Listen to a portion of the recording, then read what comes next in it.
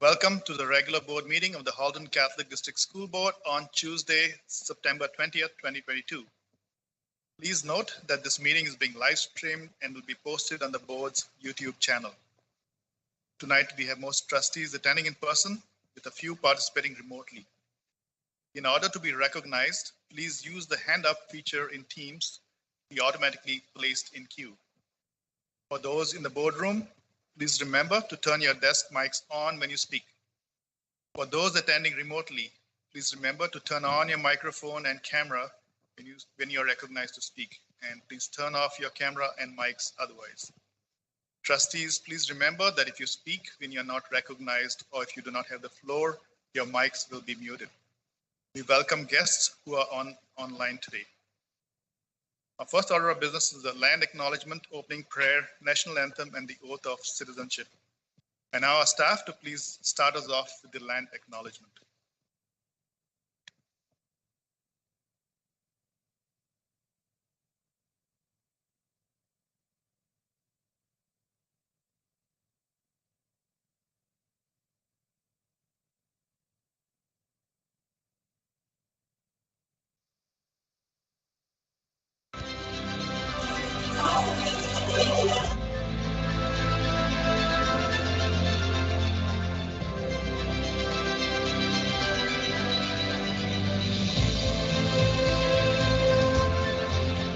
Halton, as we know it today, is rich in the history and modern traditions of many First Nations and the Métis. From the lands of the Anishinaabe to the Attawandaron, the Haudenosaunee, and the Métis. These lands surrounding the Great Lake are steeped in Indigenous history. As we gather today on these treaty lands, our Catholic social teachings call us in solidarity with our Indigenous brothers and sisters to honor and respect the four directions: lands, waters, plants, animals, and ancestors that walked before us. All of these wonderful elements of creation exist, gifted to us by our Creator God.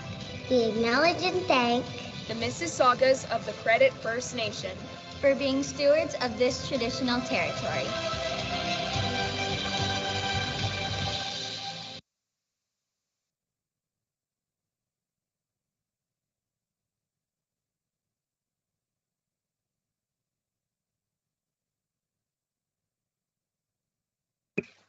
Trustee Chua, could you please lead us in the opening prayer, the national anthem, and the oath of citizenship? If everyone could please join me in the sign of our faith in the name of the Father, Son, Holy Spirit. Amen. Heavenly Father, we come to you today asking for your guidance, wisdom, and support as we begin this meeting. Help us engage in meaningful discussion and allow us to grow closer as a group and nurture the bonds of our Halton Catholic District School Board family. Fill us with your grace and wisdom, O Lord God, as we make decisions that will affect our students and staff in our board. Help us make the best decisions so that we can help our students achieve, believe, and belong in our Catholic schools. And continue to remind us that all that we do here today, all that we accomplish, is for the pursuit of truth and the greater glory of you. As we ask this in your name, in the name of the Father, Son, Holy Spirit. If everyone could please stand for our national anthem and oath of citizenship.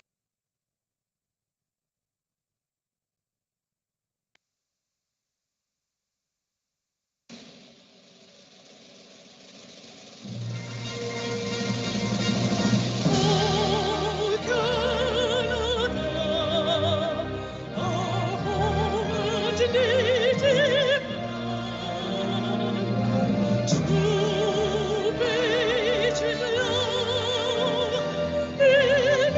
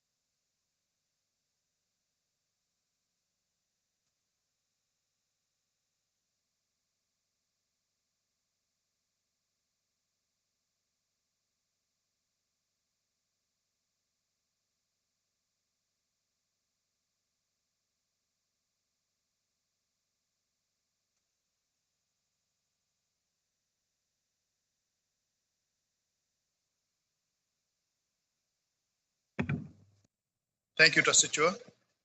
Motions adopted in camera. There were no motions adopted in camera.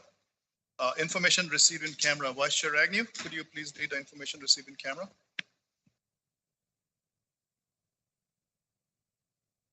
Thank you, and through you, Mr. Chair. The following information was received in camera.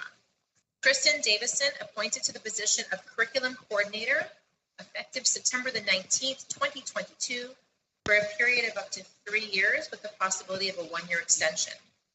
Richard Harder retired effective September the 6th, 2022.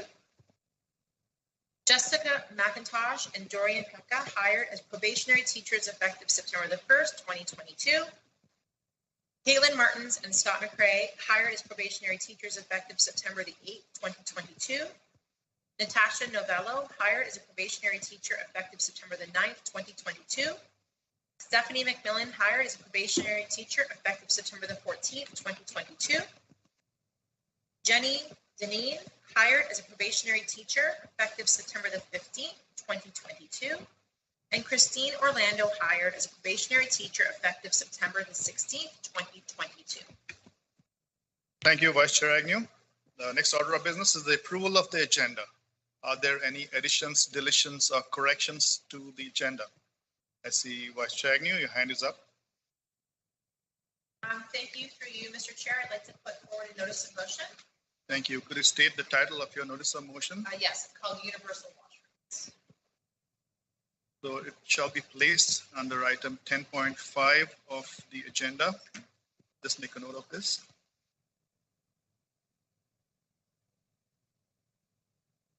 Thank you, Trustee Vice Chair Agnew. Are there any further additions to the agenda? Corrections or deletions? Seeing none, may I have a motion to approve the agenda as amended? May I ask for a mover? Murphy.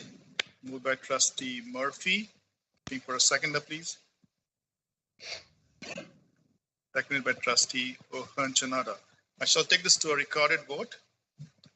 Trustee Ohonchanada. In favor. Trustee Guzzo. In favor. Vice Chair Agnew. In favor. Trustee Murphy. In favor. Trustee O'Brien. In favor. Trustee DeRosa. In favor. Trustee Bowie. Is Trustee Bowie on? Okay, thank you. Trustee Chua. In favor. Trustee Kuzma. In favor. You have 6 in favor, and none opposed, none abstained. The motion carries. The agenda is approved. Moving on to the next order of business, which is declarations of conflict of interest. Are there any declarations of conflict of interest tonight? Seeing none, we shall move on to the next order of business, which is presentations. Item 4.1, Senior Staff Update. Director Crowell, could you please introduce the presentation? Certainly, through you, Mr. Chair. It's our pleasure to bring our first Senior Staff Update of the year. We have a couple of items to present today. First of all, it'll be Superintendent Merrick making a presentation. So good evening, Superintendent Merrick. Thanks, thanks, Director Crowell, and through you, Mr. Chair. Again, getting a lot of feedback here. I'll try and power through here.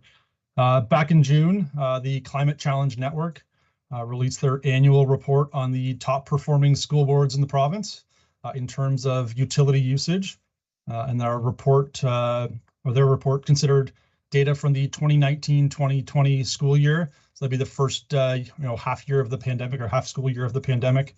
And proud to announce that Halton Catholic ranked 2nd out of the 72 boards in the province, which is our highest ranking in this report ever. And we're also the highest GTA board as well. So outside of one smaller board in Northern Ontario, we're the highest ranking board in the province. So, pretty great achievement, even despite many headwinds that we have as a board. We have a lot of portables relative to our size, which are fairly inefficient in terms of energy consumption, and we also have extensive cooling in all of our schools as well, which that also plays against our utility usage. So, pretty great achievement for the board. We should be pretty proud. Students and staff should be proud of how they're using their buildings and being energy efficient where possible. And it shows a lot of the good work of the investment that we've had in energy saving technology and systems in our schools. But obviously, great work to everyone that is using our buildings, and we're seeing those practices and principles come through in terms of our operations of our buildings through the Sustainable Schools report. So great achievement for the board, and happy to take any questions that trustees may have on the Sustainable Schools report. Director Kroll, do we proceed with the next part of the presentation? Or we take questions? I think we go. Okay, thank you. Thank you, Superintendent Merrick. We have a couple of hands up. Trustee Murphy, you have your hand up. You have the floor. Thank you, and through you, Mr. Chair, to Superintendent Merrick. Congratulations, great work. This is what we keep talking about. So we want to influence positive change in climate change and the impact on the environment. So obviously we're putting that into practice, which is great. Could you touch on just a couple of key activities or changes in our behavior that contributed to these factors? Superintendent Merrick?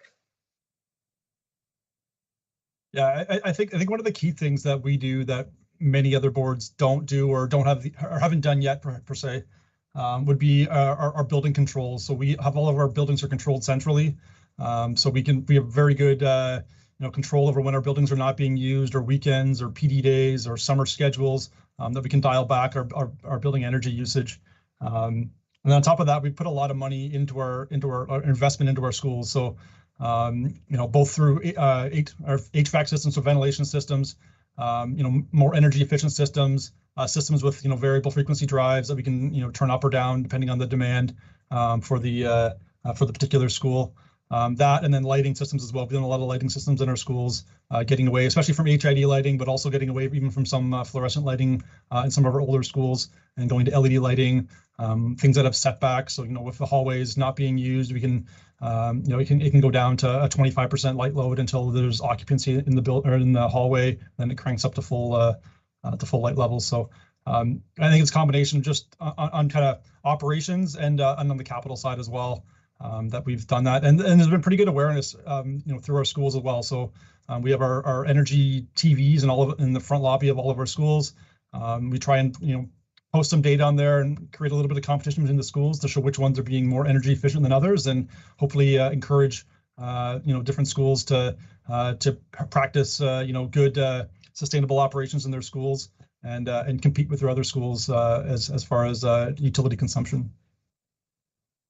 Thank you, Trustee Murphy. Do you have a follow-up?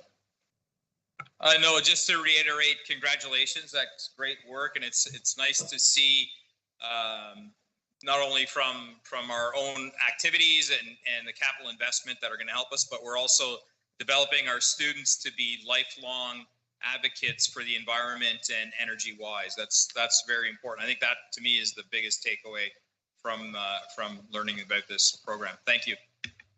Thank you, Trustee Murphy. Moving down the speakers list, we have Trustee Owen Chinara and Trustee DeRosa. Trustee Owen Chinara, you have the floor. Thank you. Through you, Mr. Chair, to Superintendent Merrick. I'd like to mimic what Trustee Murphy had to say. Well done. Looking forward to number 1 next time. And a plug for the sustainableschools.ca. I did watch that. It's a very good YouTube about the meeting that was held back in June. I believe it was June 8th, 2022, that explains how this is all ranked. And the one takeaway that I'd like people to go listen to it, and Superintendent Merrick, was that, this was all done during COVID, right? So where the school boards had to pivot, you were sorting out masks during this time. So there was a lot of things going on, and the ability of a school board to pivot so quickly and to react to this and still stay number 2 is amazing. So well done to you and your team. Thank you, Trustee Chinara. Trustee DeRosa, you're up next. You have the floor.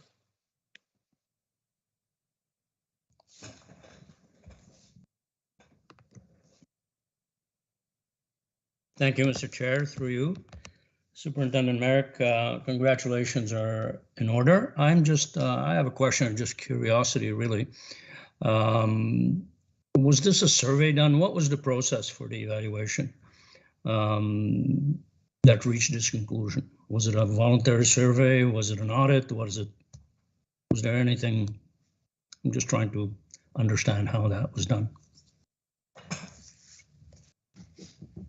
Yeah, through you, Mr. Chair. Through the Green Energy Act in Ontario, we need to submit or report all of our utility usage, so both our electricity and our gas consumption and our water usage to the province each year. So that data is public, and then Sustainable Schools takes that data, looks at each of the building systems in all the schools, all the 5,000 schools in the province, and then also looks at weather data across the province as well, and combines all that. That's the video that Trustee O'Hearn-Sornada said to watch. They show you all the science and how they combine all that, and then they come up with a formula that ranks all the school boards across the province. And that's so it's very technical. They've kind of tweaked it a little bit each year, but it's that's the one. And you know, we were 4th last year, and then this year up to 2nd place. So thank you. Thank you. That answers my question. Congratulations again. Trustee DeRosa, I do not see any other trustees' hands up. So Superintendent Merrick, congratulations to you and your team for the wonderful work you have done. I'm going to pass the floor back to Director Kroll for the second part of your presentation. Director Kroll. Thank you, and through you, Mr. Chair. I'd like to welcome and introduce our Senior Manager of Equity and Human Rights, Sita Jayar, and who has a special guest that's going to be joining us tonight as well. Good evening, and thank you. We're so pleased to share the accomplishment of one of our students, Toby Oyedele, grade 12 at Bishop Reading. Toby is one of 2 first-place winners of the Halton Black History Awareness Society's Local Lens, the Black Experience in Halton Essay Contest. Toby is with us on Teams today. I'd like to share a little bit about the award and about Toby before I hand it over to him to share a few words if you'd like to do so.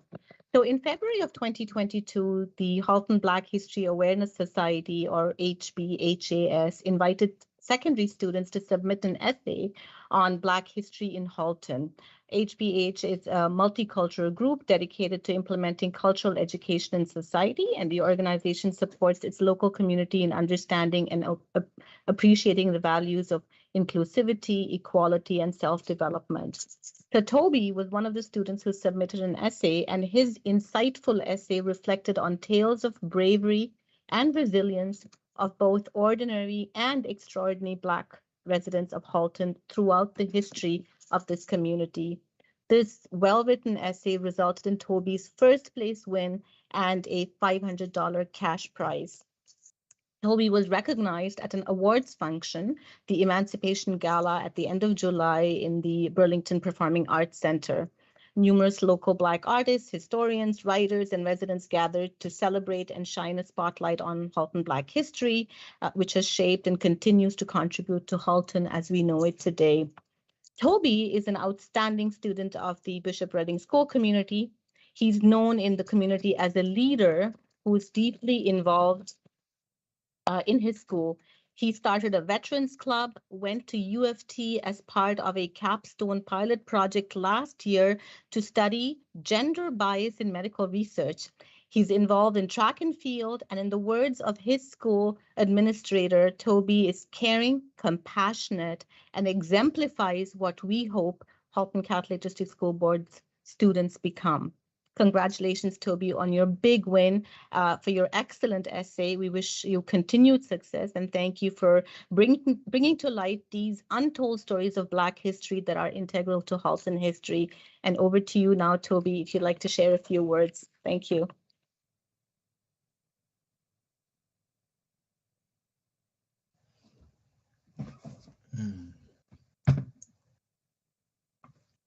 Okay, thank you so much. It's a great privilege to be at this meeting, and thank you so much for that intro. That was very kind. I'd just like to maybe say like a quick 10-second thing about like how I felt about my essay, and I just thought that it was a great privilege to win this competition, but I think that as a whole, participating in competitions like this are beneficial, not just for a prize or recognition, but also to gain valuable knowledge about the history of the society we live in. And I think that through this essay, I was able to learn about ordinary people who impacted their communities in extraordinary ways. And some of those ways actually still affect us today. And I think specifically Black individuals positively influence economies through their accomplishments. And then on an even smaller scale, they provided jobs for other Black individuals, which helped them integrate into society. So I think as a whole, it's very important to learn about individuals from various ethnic backgrounds who impacted our communities. And it's quite important because we may not necessarily hear of some of these contributions from bigger history platforms, but it often requires deeper searching to find information about some of these people. So I think that through this contest, I was able to learn a lot more. And I think a lot of Halton Catholic District School Board students will be able to benefit from something like this. Thank you, Toby, for your presentation, and congratulations. I will now pass the floor to trustees who have raised their hands. We have Trustee Chua and then Trustee Murphy. Trustee Chua, you have the floor.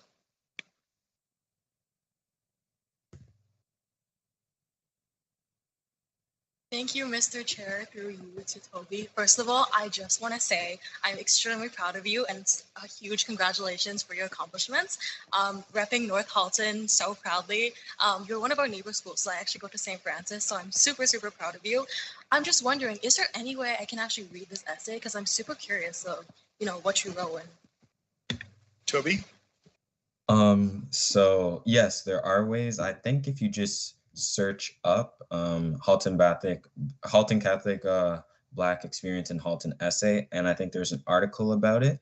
And then on the Inside Halton article, it links to my essay and also to the essay of the co-winner as well. So yeah, I believe if you read up on that, and I think the HBHAS should be posting the essay as well soon. Thank you. Trustee Chua, you have a follow-up?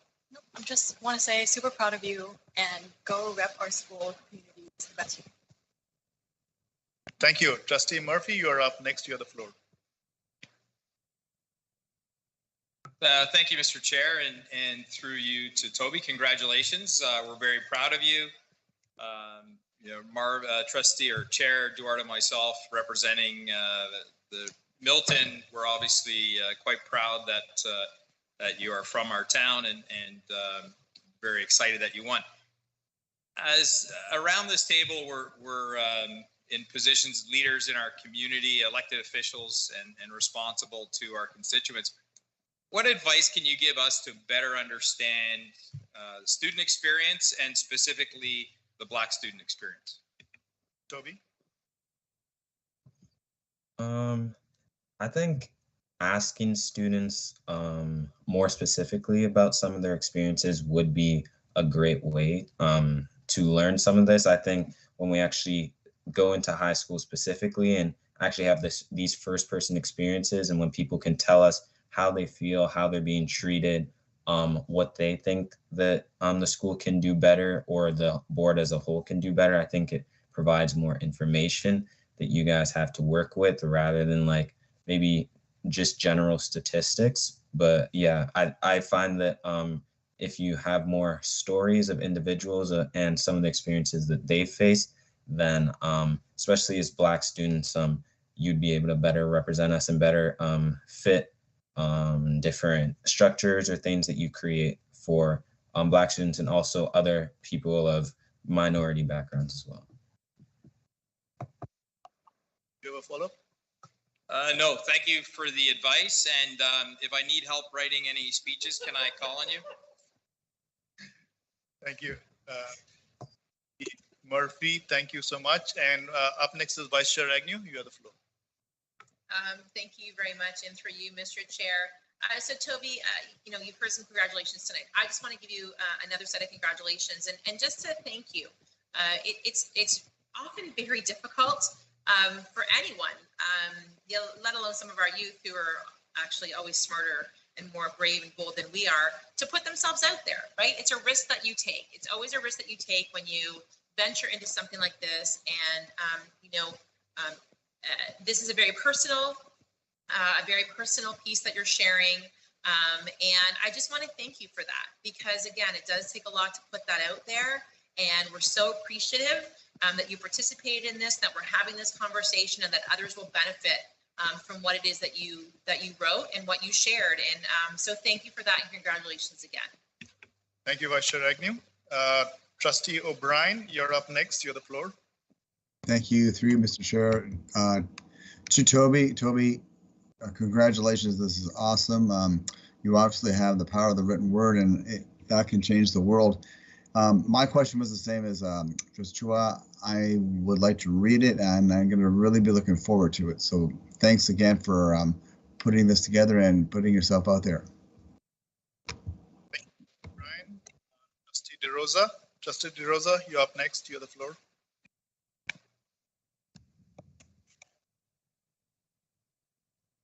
Thank you, Mr. Chair, and through you. Toby, very simple congratulations, and the leadership that it takes to put yourself forward on this as an example of all the student body is very admirable. And I'm sure it'll make a difference in your future. This is not a trivial, small experience. It's just a beginning of a trend, and thank you for doing this. I look forward to reading the essay as well. Congratulations. Rosa, up next. Trustee Guzzo, you're up next. You have the floor.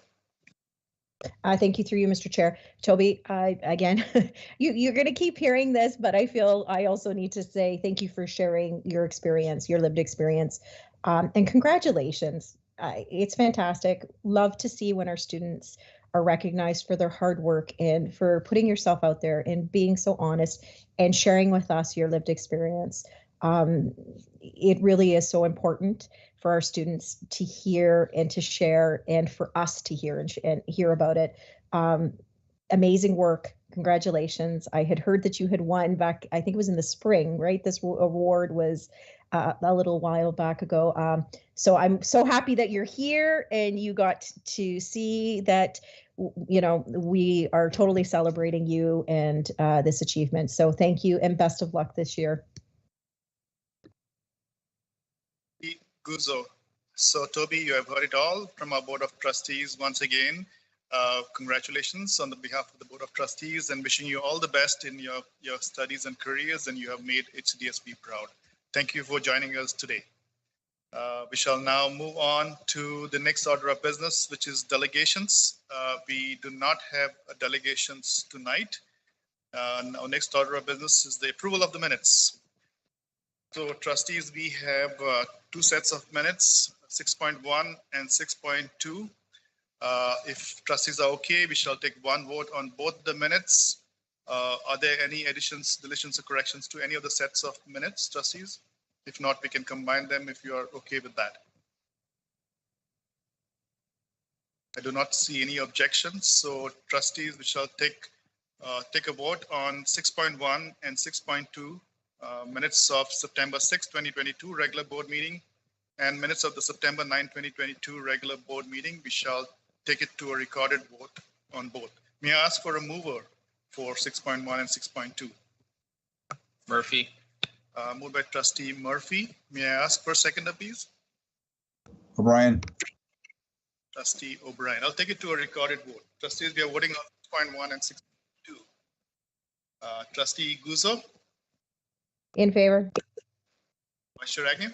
In favor. Trustee Murphy? In favor. Trustee O'Brien? In favor. Rosa?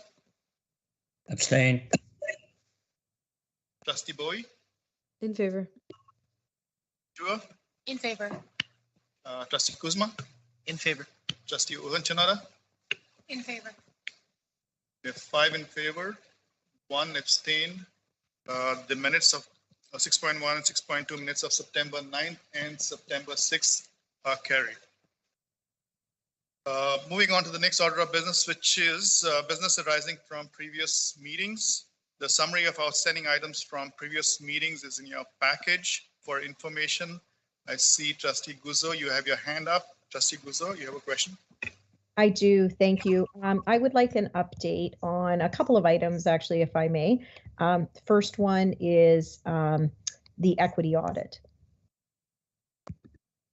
I'll pass that on to Director Kroll. Director Kroll. do you have an update on that item? I may ask Ms. Jayaraman to help me with that one. Ms. Jayaraman, would you be able to give us an update? Yes, good evening. Can you hear me?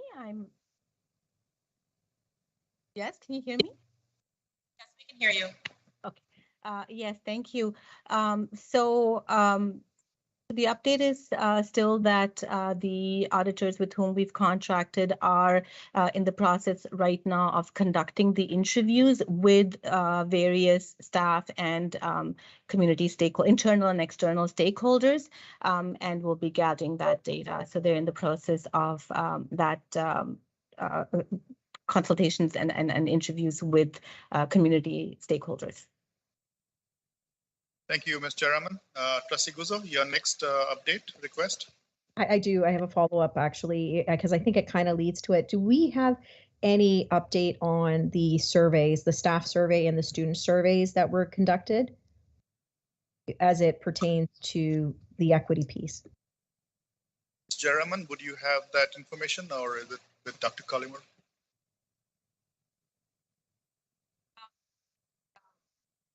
I think I'll ask Director Kroll if he wants to start us off, and then I can add to that. Director Kroll? Sure. Through you, Mr. Chair, with regards to the staff census, we're just finishing compiling that data. We anticipate to have that to be sharing in the near future. With regards to the student census data, which is much larger, I'll be looking to have that data ideally by the end of the year, so by the end of the calendar year, sorry to be clear. We should have that data compiled and ready to share as well. Thank you, Director Kroll. Trustee Guzzo? I have can I just ask a clarifying question? And then if nobody else has a question, I have one more follow-up on the outstanding information. I just want to clarify. So the staff and the student census information, the end of this year or the end of the school year?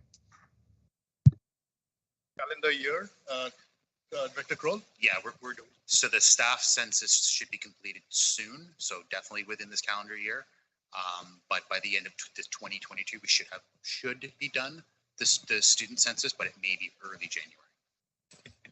Thank you, Director Kroll. Trustee Guzzo? And just the other is the Black student unions in secondary school. It was the motion was to do it for it to be done immediately. So I just wanted to know if we have an update on all of the secondary schools, if they've been implemented or sought out from the last school year. Assistant Director Kroll, would you have an update? Yeah, through you, Mr. Chair. Yeah, we did discuss this at a recent secondary principals meeting as well with our administrators to get a sense of where they were at. I don't know if I could tell you the status of every school right now, but certainly it is an ongoing topic of conversation with our high schools, with the expectation that they are working with their school communities. They are looking to leverage the resources both within the building and also within the community for those schools that want a Black student union to make sure that they have the opportunity to start one. Thank you. Just a follow-up on that, Mr. Chair. Go ahead. Do we know what has been done as of date in the sense of reaching out to school and surveying the students to see if there is a need or a want, not a need, but a want for the Black Student Union? Because that really was the motion last school year, was that it be done immediately, that it be sought out. And if that's the case, like what was done? Like what can you say, like what can you report back from secondary that they've done proactively to ensure that if there was a need that it has been implemented? Sure. As I think I said, I maybe can't give you answers tonight as to what's going on at every school, but I certainly can follow up with trustees to provide more information. Thank you. I think Trustee Guzzo, we can expect a email from Director Kroll on this matter. Thank you. I do not see any other hands up, so we shall move on to the next order of business, which is action items. Trustees, we have policies 8.1 to policy 8.6. Is there any appetite, trustees, for voting on them together, trustees, or do we want to pull out something and vote separately? Mr. Chair, Yes, Trustee Guzzo. I would ask that all be done except for if we can is the third reading policy, the information security, as I have a minor addition that just needs to go in the references that I need to amend at the table. Guzzo, that's 8.4. 8.4, yes. Any other Trustee DeRosa, your hand is up. Mr. Chair, my suggestion is we do them one by one. I do understand the efficiency and the benefit of doing them in bulk, but it's presumptuous to the extent that we're all on side on all of them. And I think these policies are important. People may have changed their minds between the time that when they were discussed in policy versus now. So my suggestion, we do them one by one. Fair enough, Trustee DeRosa. I was hoping to save our time because we had a great discussion in policy and where policies are supposed to be threshed out and discussed in detail, and this board meeting is supposed to be an approval of those policies. But since you have requested that, we shall follow that. The first policy, trustees, is 8.1, policy I-19, occupational health and safety. Trustee Guzzo, can you please read the motion? Thank you through you, Mr. Chair. Be it resolved that the Halton Catholic District School Board accept the recommendation of the Policy Committee that policy I-19, occupational health and safety, be approved. Thank you, Trustee Guzzo. May I ask for a seconder, please? Trustee Ohonchanara. Trustees, is there any discussion on this policy? Seeing none, I shall call the vote on policy on item 8.1, policy I-19, occupational health and safety. Moved by Trustee Guzzo, seconded by Trustee Ohonchanara. Trustee Murphy? In favor. Trustee O'Brien? In favor. Rosa? In favor.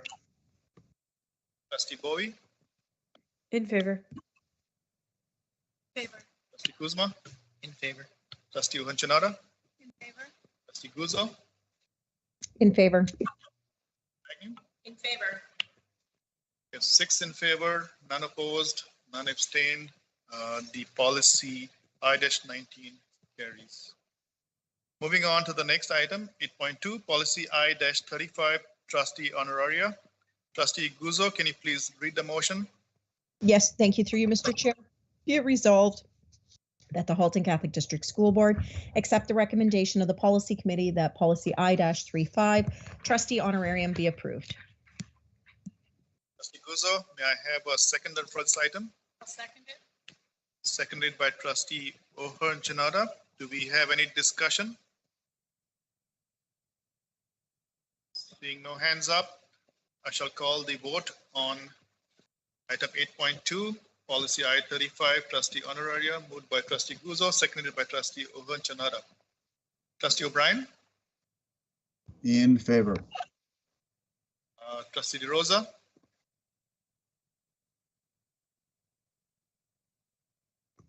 In favor. Trustee Bowie? In favor. Sure. In favor. Trustee Kuzma? In favor. Trustee Ohonchanara? In favor. Trustee Guzzo? In favor.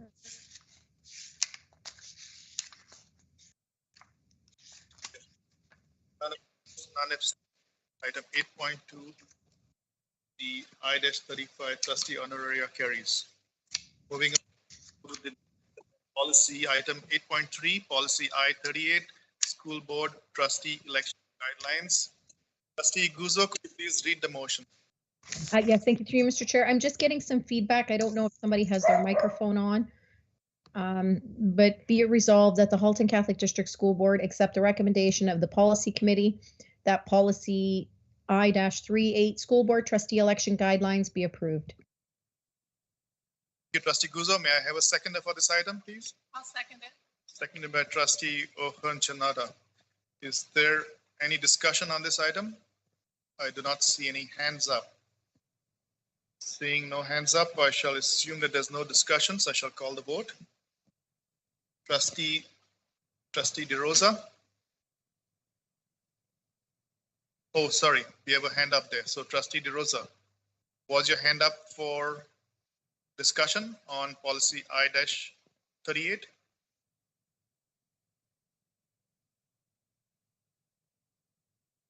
Trustee DeRosa? Through you, Mr. Chair, just a point of clarification, and it's probably for Director Kroll. I'm assuming that the campaigning includes virtual campaigning, correct? Or does it? Trustee DeRosa, can you hear me?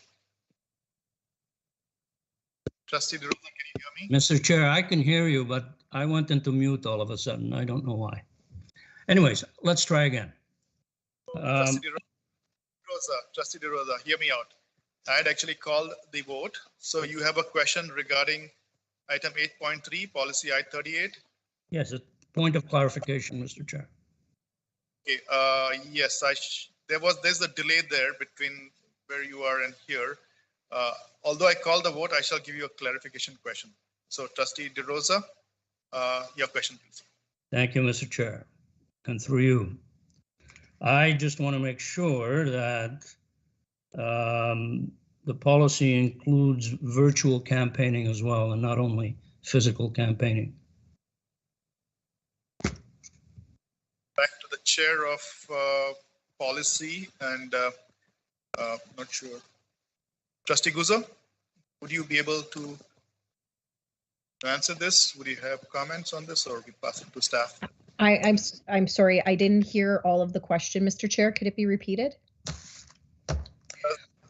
I'm trying to ensure, Trustee Guzzo, that, or through you, Mr. Chair, I'm trying to ensure that when we refer to campaigning in schools, okay, or on school grounds, it is intended that we also understood that it includes virtual campaigning of any form. I can try to answer that, Mr. Chair. I don't think that the board, and I think maybe Mark can probably add to this, but the board can control people campaigning virtually if it's not school or board related, or if it's taking place in a board sanctioned event. So unless there's something specific, if you have a specific example, this makes reference to campaigning on school board grounds, which would be schools. So anything that would be board sanctioned. But other than that, the board would not have jurisdiction on monitoring virtual meetings that aren't board associated, like anything to do with the board. Trustee Guzzo. So Trustee DeRosa, I think its policy is more related to something physical, you being on school property or being in wherever the school space is available.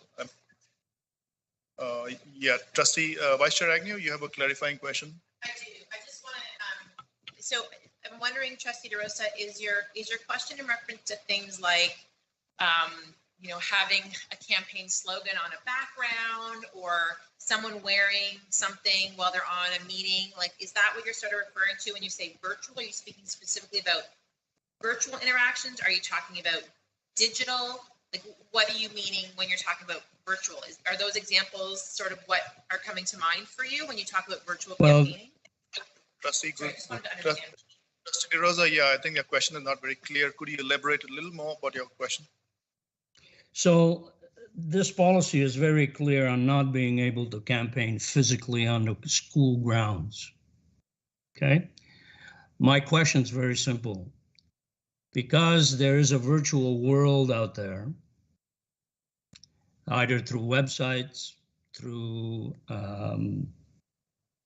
you know, special chat groups, whatever the virtual world has to offer. Does this policy encompass,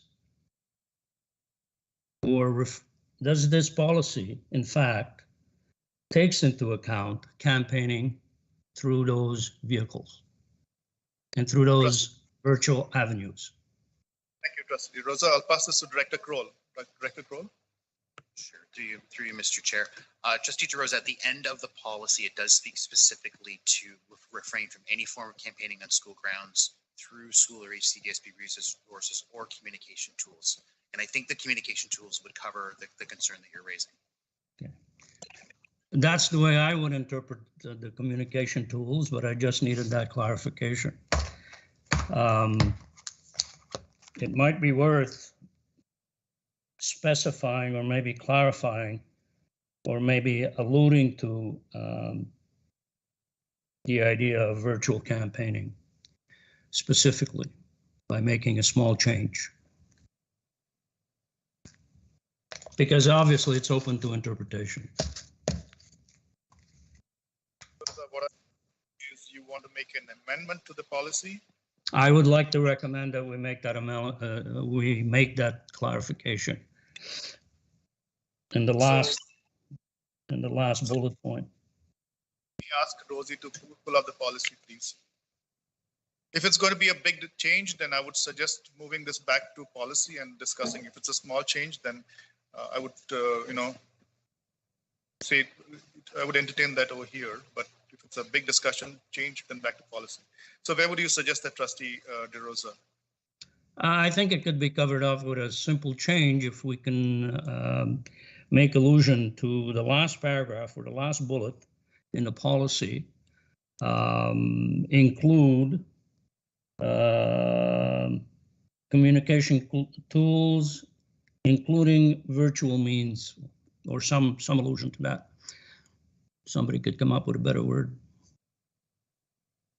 DeRosa, are you suggesting online versus virtual? Yes. Yeah. Okay. So if you're going to move an amendment, we'll need the text that you want to insert, and we'll need a mover and a seconder. So can you specify exactly where you'd like to add the text that you want? We have requirements in front of us. So give me 30 seconds, Mr. Chair. Thank you.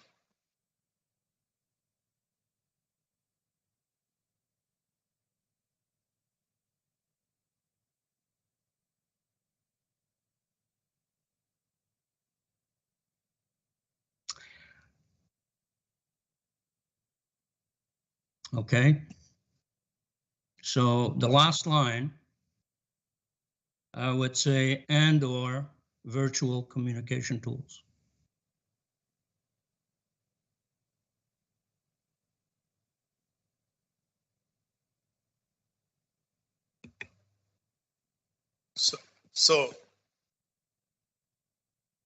So Trustee DeRosa, you want to add a word virtual communication tools.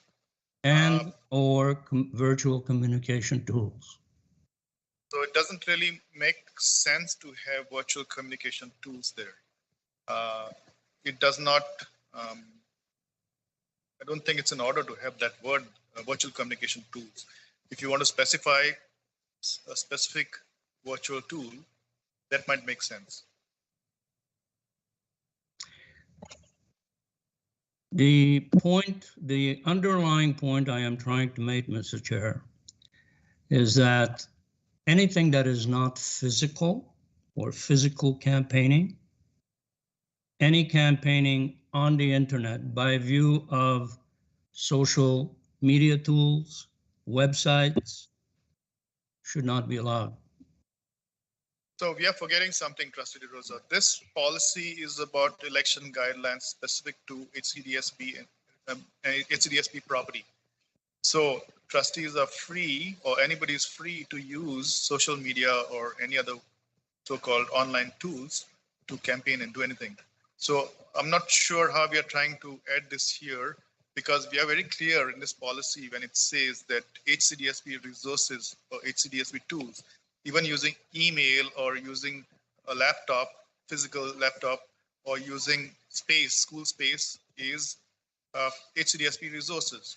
So I'm not understanding what you're trying to add out here in the last bullet, Trustee DeRosa. If you can clarify the word that you want inserted there, more than happy to help. The insertion of virtual communication tools, or virtual in the front of communication tools, would cover my concern.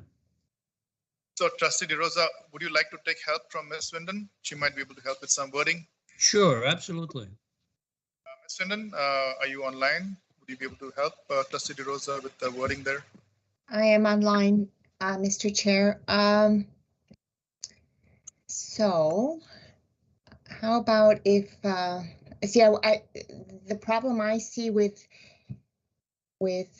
Trustee DeRosa's recommendation is it would eliminate any other communication tools if you just insert virtual in front of that, in front of communication tools. So refrain from any form of campaigning on school grounds through school/HCDSB resources and or communication tools, maybe comma, including virtual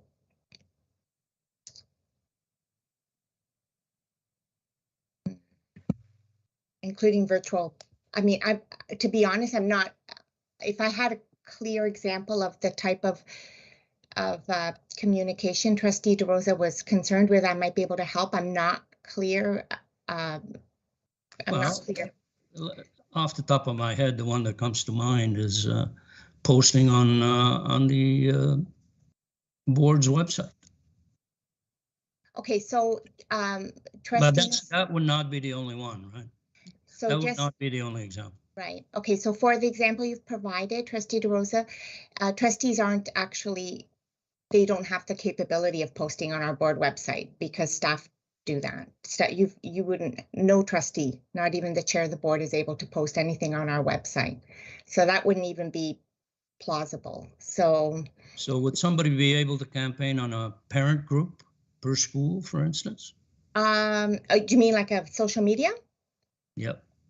So if it's a parent social media group, the board has absolutely nothing to do with that, and it's not endorsed by a school or the board. They would be independent, so we can't control that.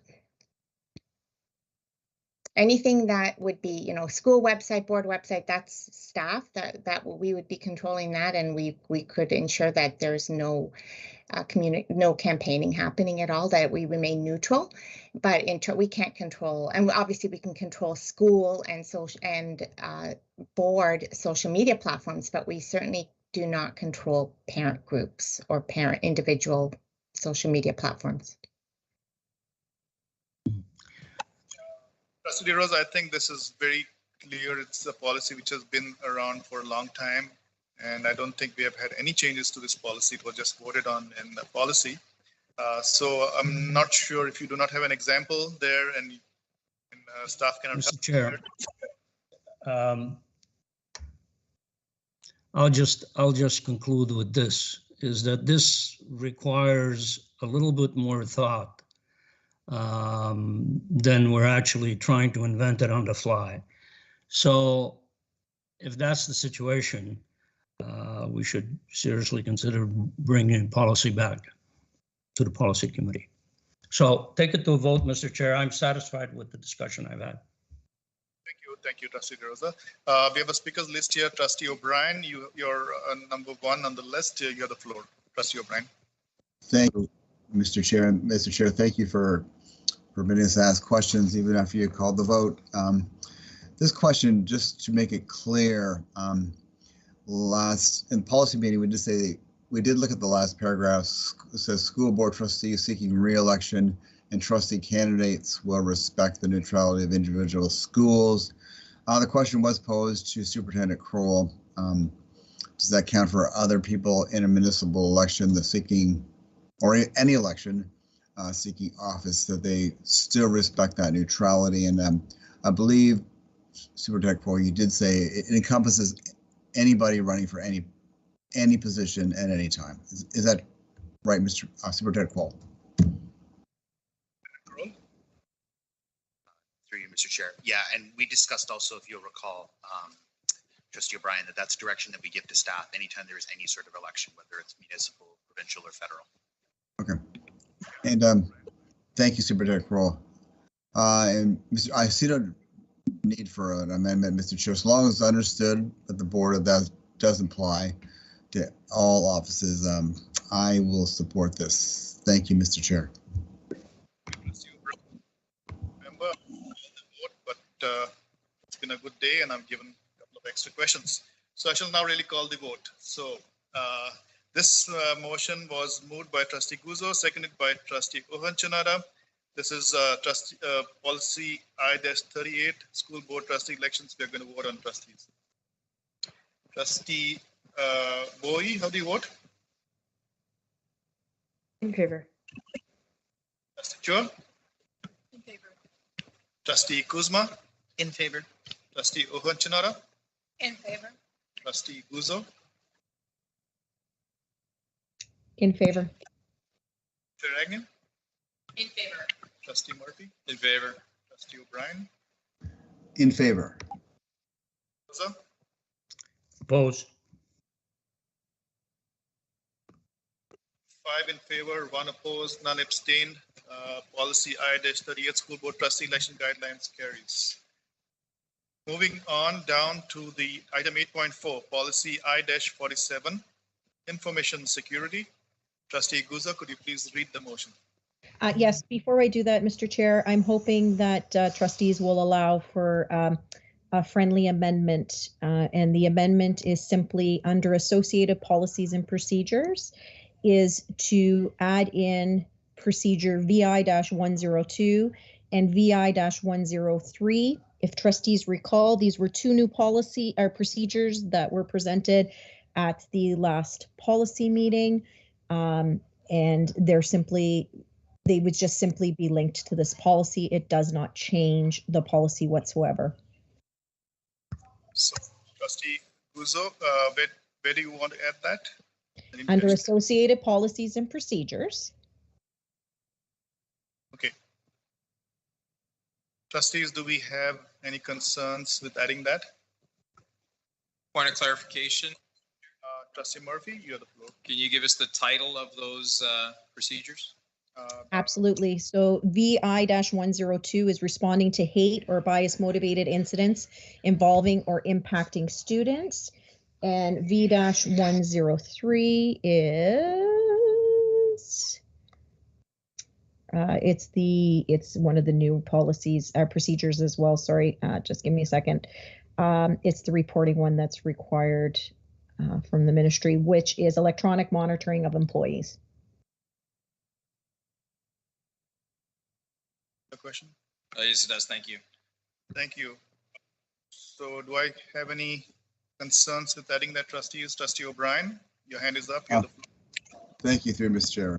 And Trustee Guzzo, thank you for bringing it forward. It's ironic you should do that because it's VI-103 is one of the procedures I have trouble with because trustees are included in that, and I know the procedures are produced by staff.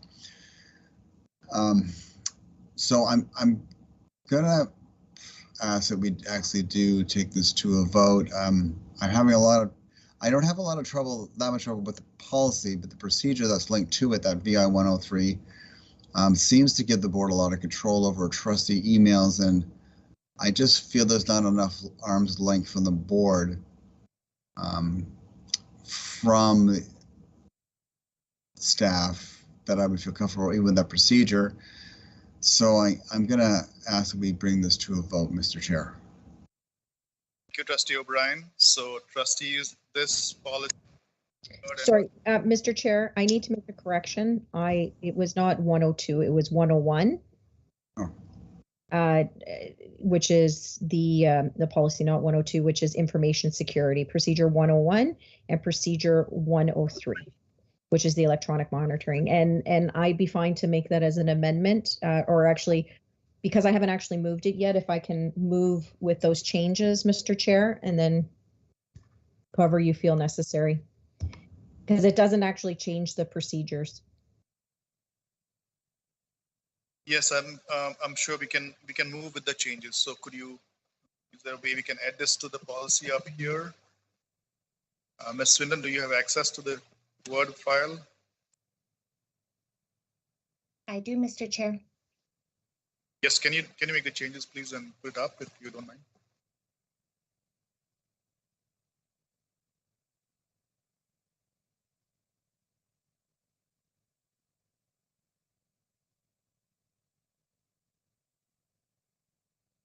And in the meantime, trustees, this motion, this policy is at the third and final reading. It has to be passed with a 2/3 vote.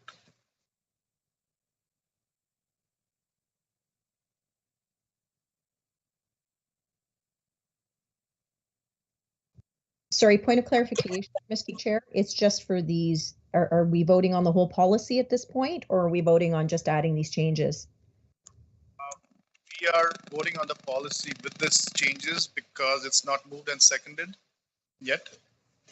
Mr. Chair, Okay. it's your parliamentarian. Sorry, can I just finish my train of thought, Mr. Chair? But I think Trustee O'Brien wasn't in agreement to a friendly amendment, so. Jump to Parliamentarian Kapoor for a minute. Parliamentarian Kapoor. Thank you, Chair. Good evening. This is being moved by Trustee Guzzo, but it actually is being moved on behalf of the committee. So as I believe Trustee Guzzo was about to say, it should be moved and seconded in the version that the committee passed last week. And then these two can be added as an amendment rather than being moved and seconded with these two added. Because this is being moved on behalf of the committee, it should be in the version that the committee adopted. I agree with that. It's Trustee Guzzo, we shall move it as forwarded from policy to the board, and then this will be an amendment. Make sense?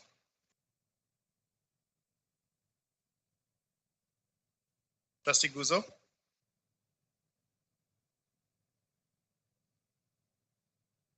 Yeah, I saw a thumbs up there. Not sure whose thumbs up was that, but I'm going to assume it's yours, Trustee Guzzo.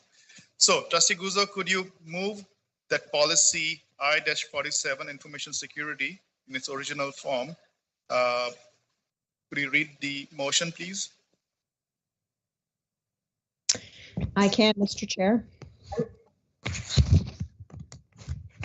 Sorry, just let me pull it up. Be it resolved that the board accept the recommendations of the policy committee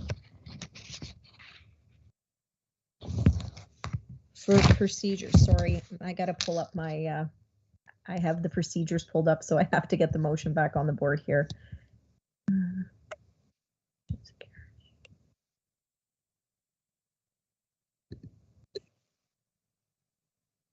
My apologies, Mr. Chair. No worries.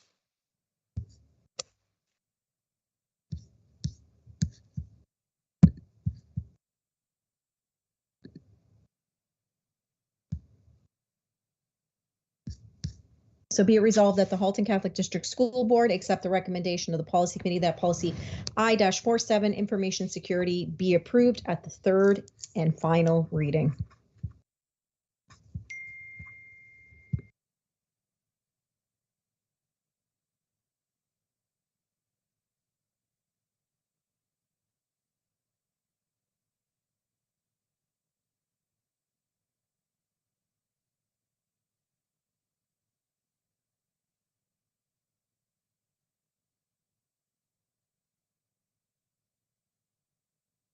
Trustee Guzzo, could you put forth your amendment? Absolutely, Mr. Chair. So the amendment would be adding in under associated policies and procedures, procedure 101.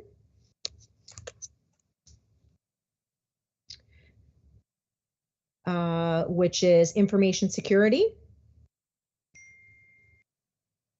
And procedure 103, electronic monitoring of employees.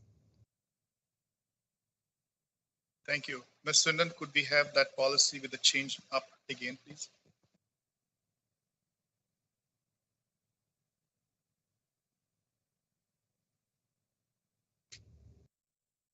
Thank you. We have an amendment moved by Trustee Guzzo. May I ask for a seconder, please?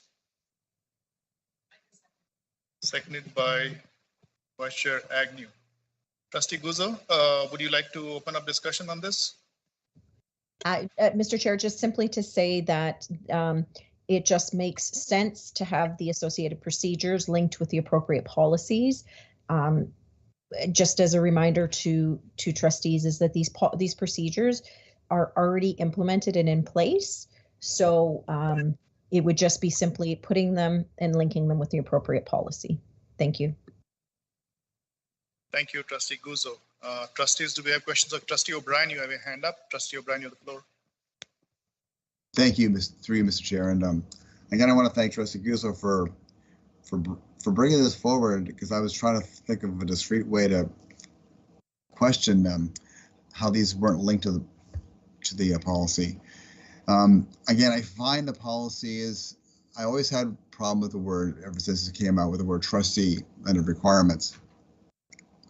And that there were some changes made there, and I started to feel maybe we could keep that in. But after reading electronic monitoring employees and after a few questions, finding out that procedure, which I'm not going to touch because it is a staff creation, really seems to have a lot of gives the staff ability to look at our emails. I guess I'm not feeling comfortable with that as a trustee. It's not that they're spying or anything, but I always feel like a bit of an arm's distance away from staff in that sense is a good thing. So that procedure itself, and I'm glad it was put in, Trustee Guzzo. I will go for the amendment, but so I will go for that, but and I'll save the time of the board now, but I still will be voting against the policy itself. Thank you. Trustee O'Brien, you have something to add to this, so you can close this discussion on the amendment. I was simply just going to make the comment is just that it is a procedure, and that we're not actually debating the contents of the procedure. We are simply we're dealing with the policy only. If there is concern around the procedure, trustees are always able to raise that during a policy committee. Thank you, Trustee Guzzo. Trustee Murphy, you have your hand up. You have the floor. Thank you, through you, Mr. Chair. Can I ask our Mark, our manager of a whole bunch of stuff, which I can't remember is appropriate time, I apologize, for your opinion on the addition of these two procedures? Through you, Mr. Chair, Trustee Murphy. So really, the information security procedures really, it follows the requirements of the policy of this policy. VI 103, electronic monitoring of employees.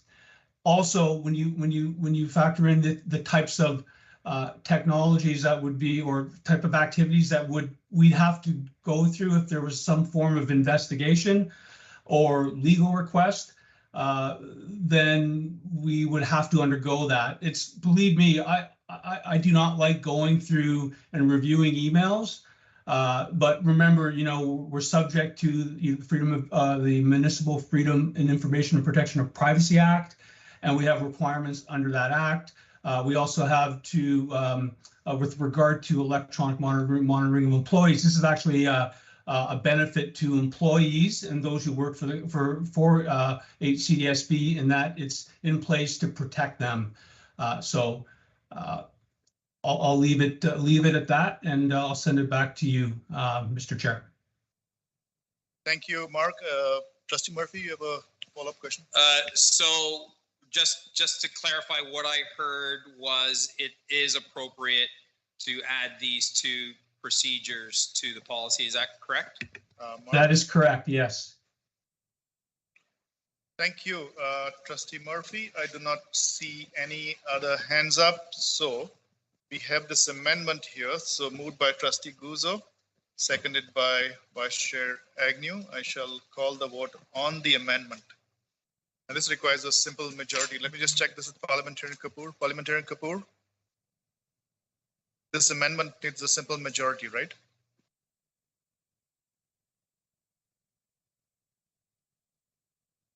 The amendment is simple. correct? Okay, thank you. Thank you. So I shall call the vote on the amendment. Moved by Trustee Guzzo, seconded by Vice Chair Agnew. Trustee Owen Janada, I'm in favor. Trustee Guzzo, In favor. Vice Chair Agnew, In favor. Trustee Murphy, In favor. Trustee O'Brien, In favor. Trustee DeRosa, I'm opposed. Trustee Bowie, In favor. Trustee Chua, In favor. Trustee Kuzma. In favor. So we have 5 in favor, 1 opposed. The amendment carries. We shall now move on to the policy as amended. Policy I-47 was moved by Trustee Guzzo and seconded by Trustee Owen Chinada. I do not see any other hands up. Trustee O'Brien, you have your hands up. Trustee O'Brien, you have the floor. Thank you, Mr. Chair. And I just want to reiterate one more time. I'm glad again these procedures were associated with this policy. I won't be supporting this policy because I still believe that the word trustee should not be under requirements. I still believe security is not, although it's very, very important, it is not the ultimate and only value in our board. I believe freedom and autonomy for trustees is important. So that's why I will not be supporting it. Thank you, Mr. Chair.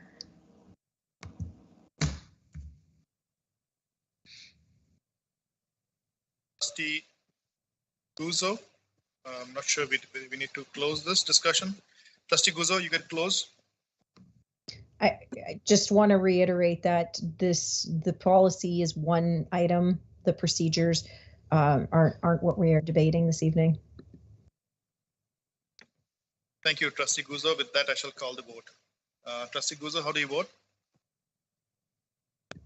In favor. Just a reminder to trustees, we need a 2/3 vote for this policy. Vice Chair Agnew? In favor. Trustee Murphy? In favor. Trustee O'Brien? Opposed. DeRosa? Opposed. Trustee Bowie? In favor. Trustee Chua? In favor. Trustee Kuzma? In favor. Trustee Owen Chinada?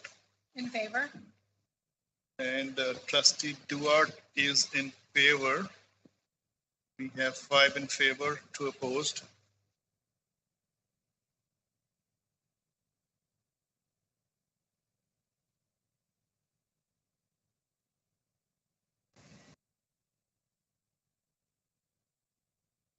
So You have met the threshold of a 2/3 majority, Mr. Chair.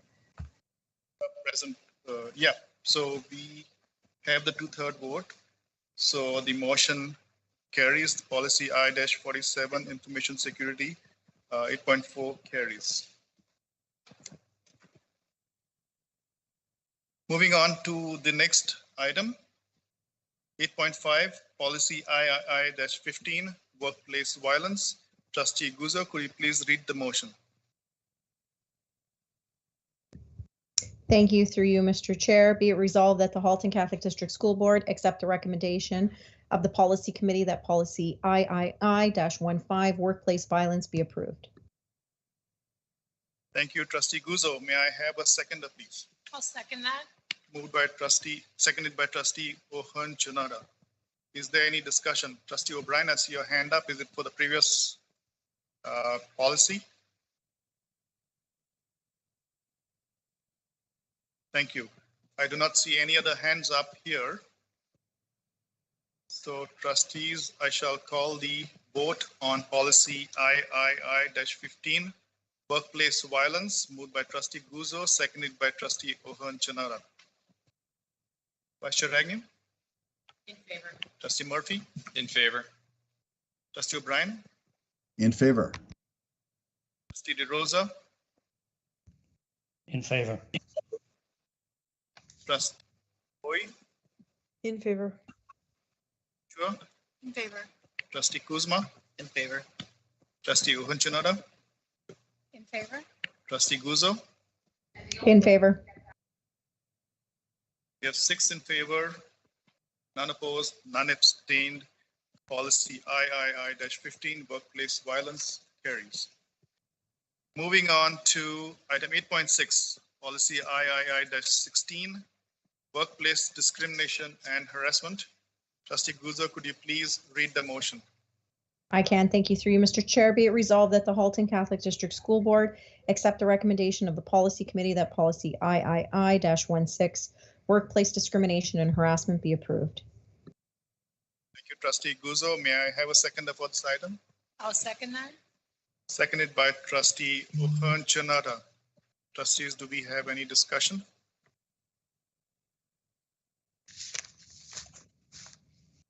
None?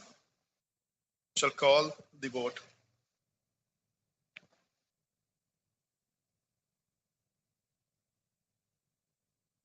In favor. Sorry, Trustee Murphy was in favor. Trustee O'Brien? In favor. Trustee DeRosa? In favor. Trustee Bowie? In favor. Chua? In favor. Trustee Kuzma? In favor. Trustee O'Hearn-Chanada? In favor. Trustee Guzzo?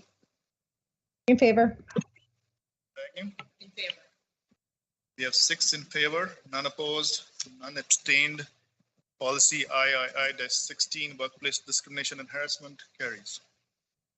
Moving on to the next item, 8.7, joint election compliance audit committee with the Halton District School Board.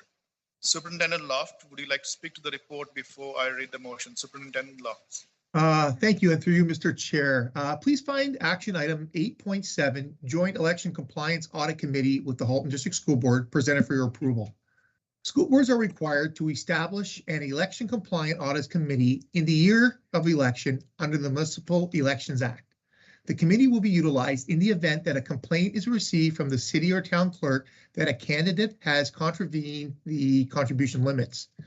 If HCDSB or HDSB is notified that a candidate has contravened the limits, the committee will be enacted and the Joint Compliance Audit Committee terms of references will be adhered to. These terms of references have been reviewed by legal. Mr. Chair, I think you mentioned you're going to read the motion, or would you like me to read the motion? Superintendent Lofts, I shall read the motion. Okay. Thank you. I will read the motion and open it up to trustees for questions. Be it resolved that the Halton Catholic District School Board approve the draft terms of reference appended to this report with respect to establishing a joint election compliance committee with the Halton District School Board for 2022 to 2026 term of office as defined in the Municipal Elections Act 1996, and be it further resolved that the Board of Trustees approve the appointment of 2 members of the Joint Compliance Audit Committee on behalf of the Halton Catholic District School Board for a term beginning November 15th, 2022 and ending November 14th, 2026. May I ask for a mover? Murphy. Moved by Trustee Murphy. Looking for a seconder, please. I'll second that. Seconded by Trustee O'Hearn-Chanada. Discussion? I see a hand up there. Trustee DeRosa, you have your hand up. You have the floor. Thank you, Mr. Chair, through you for Superintendent Loft. When you talk about limits, are we strictly talking about financial limits or spending limits? What other type of restrictions does this committee have jurisdiction over, if any? Superintendent Lofts. Through you, Mr. Chair. Again, this committee is only enacted when we receive a complaint from the town clerk. The actual limits are available for all trustees who are running. It's up to the individual trustees, or I should say the individual candidates, to understand what those limits are. We as a board do not enforce any of those limits. If there is any kind of contravention of said limits, the clerk would bring that forward to us, not to me, but to the committee to investigate.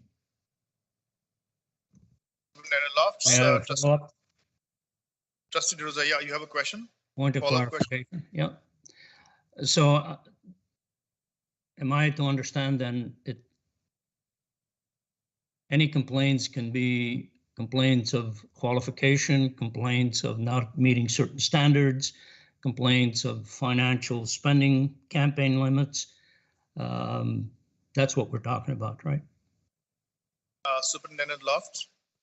It's the, as I mentioned earlier, it's the contribution limits that are in question. As trustees would remember, when they were elected back 4 years ago, they would have had to submit their campaign expenses. So it would refer to their campaign expenses. I'm not sure what Trustee DeRosa's speaking to, but I'm speaking to the campaign expenses. Thank you for clarifying that. Thank you. Next is Trustee O'Brien. You have your hand up. You have the floor. Thank you, through Mr. Chair, to Superintendent Lofts. Thank you, Superintendent Lofts, for putting this together. Question: if you do find a trustee in breach of the limit expense, what are the next steps for the committee?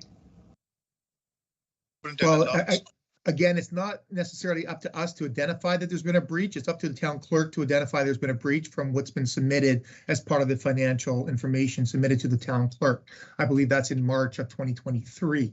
The committee would get together per the, you can see there attached are the terms and references. And then odds are they would probably contact, or they have the ability to reach out to a accounting firm to audit the expenditures of the candidate that's in allegedly to have breached the contravention or contribution limits. Thank you. Trustee O'Brien. So just one follow-up, through Mr. Chair, to Superintendent Lofts. So if there is an accusation, does the committee, regardless, follow through on an audit? Again, we don't respond to the accusations. It would have to come through the town clerk. So somebody would have to make a complaint based on the, not the funding, but the expenditures of the campaign. And from there, the clerk would reach out to the secretary and director of the board, at which time we would reach out and we would form the committee, and the terms of references would be enacted at that point in time. But it's not necessarily somebody complaining to the board, Trustee O'Brien. It would be somebody complaining to the city based on the expenditures of the campaign. Or I should say, not even that, it'd be the clerk would have to reach out to the board and tell us to investigate this candidate. Doesn't necessarily have to even be a trustee, it could be a candidate too. So. Okay, thank you for clarifying that. Thank you. Thank you, Trustee O'Brien. Seeing no other hands up, I'd like to thank you, Superintendent Loft, for presenting this, and I shall call the vote now on this on item 8.7. Joint Election Compliance Audit Committee with the Halton District School Board. Trustee Murphy, how do you vote? In favor. Trustee O'Brien? In favor. Second. Trustee DeRosa?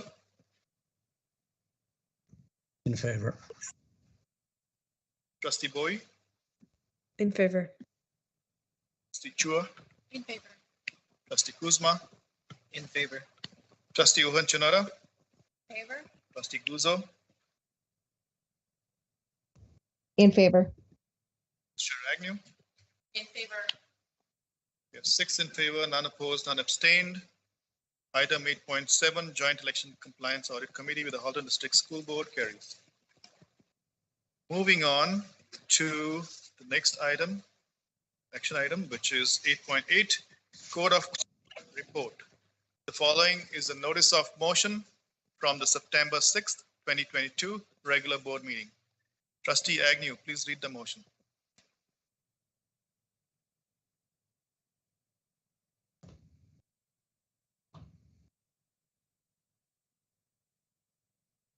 Sure, no problem. Take your time.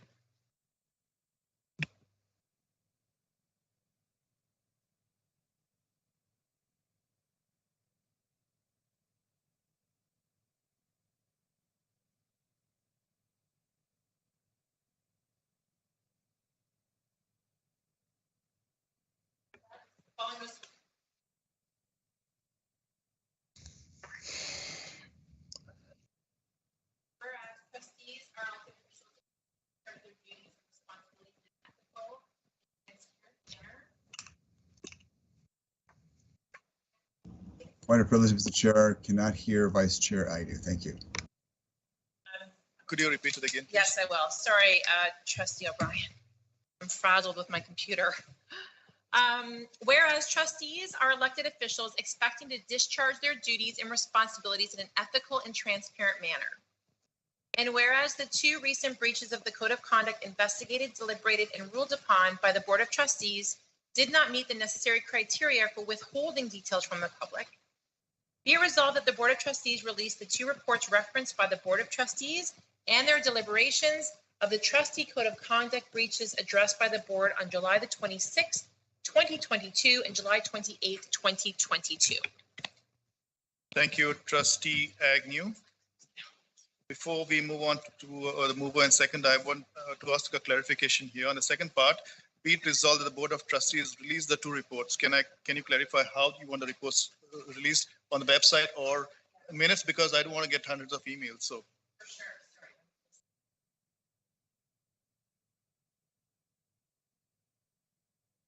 So that's a really great question, and I didn't put that in there because I don't have the answer. Chair Dewart, I don't know what the best method is. I was thinking that probably maybe perhaps during some of our discussion on this motion this evening, a suggestion may come forward. I truly don't know the best method of having that done, whether that would be a part of our next board package, whether that would be, I've never been through this, so I really don't know. Okay. Chair Dewart? Okay, so okay, we'll proceed with it the way you have presented it. So we have the motion in front of us, which is moved by Trustee Agnew. May I have a seconder for this motion? O'Brien. Trustee O'Brien, second. So Trustee Agnew, you have the floor. You have 5 minutes to open up discussions on this, your notice of motion. Thank you, and through you, Mr. Chair. It really is, I think, fairly self-explanatory, and I don't mean to make any assumptions, but I think it is. Members of the public would have heard the conversations that we would have had during those board meetings where we discussed the alleged breaches of Code of Conduct and then the impending decision and resolution that was made. And I think we were all a little bit uncertain as to what we should do about those reports because we hadn't been through that yet. But as the motion says, there doesn't seem to be anything that needs to be withheld. And so for all those reasons, in the effort to be transparent, because these are elected officials and their constituents need to know, what that breach entailed, that's where the motion has come from. And I'd like to see that supported if possible by my fellow trustees. Thank you, Mr. Chair. Thank you, Trustee Agnew. We have a speakers list here. We have Trustee Ohonchanara and we have Trustee O'Brien. Trustee Ohonchanara, you have the floor.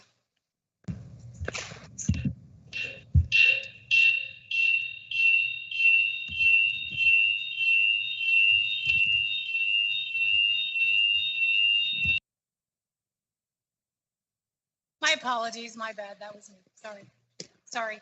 So I completely agree with full transparency. So I need some clarification. So when I read our policy I-36 Code of Conduct, it does state many things. It states logistics, it states who gets the claim, how is the investigation done, what should be in camera, what shouldn't be in camera, but it's left out, and I want to have a discussion with everybody around the table. It doesn't say about the reports that are used or the information that is used to come to a specific deliberation, what to do with them. So this is where I get concerned. It doesn't state in our procedure what to exactly do with them. And I just want to add to my second one. It's kind of one question together. Legally, do we have any concerns about releasing a report? Again, I agree with transparency 100%, but I also agree with protecting the board. And through you, Mr. Chair. Thank you, Trustee Ohonchanara. To the second part of your question here, we did have legal present, and it's up to the trustees to decide what to do with the report. Very clear about that. So once again, there's a motion on the table. It's up to trustees to decide how to proceed with that, whether to release it to the public or status quo.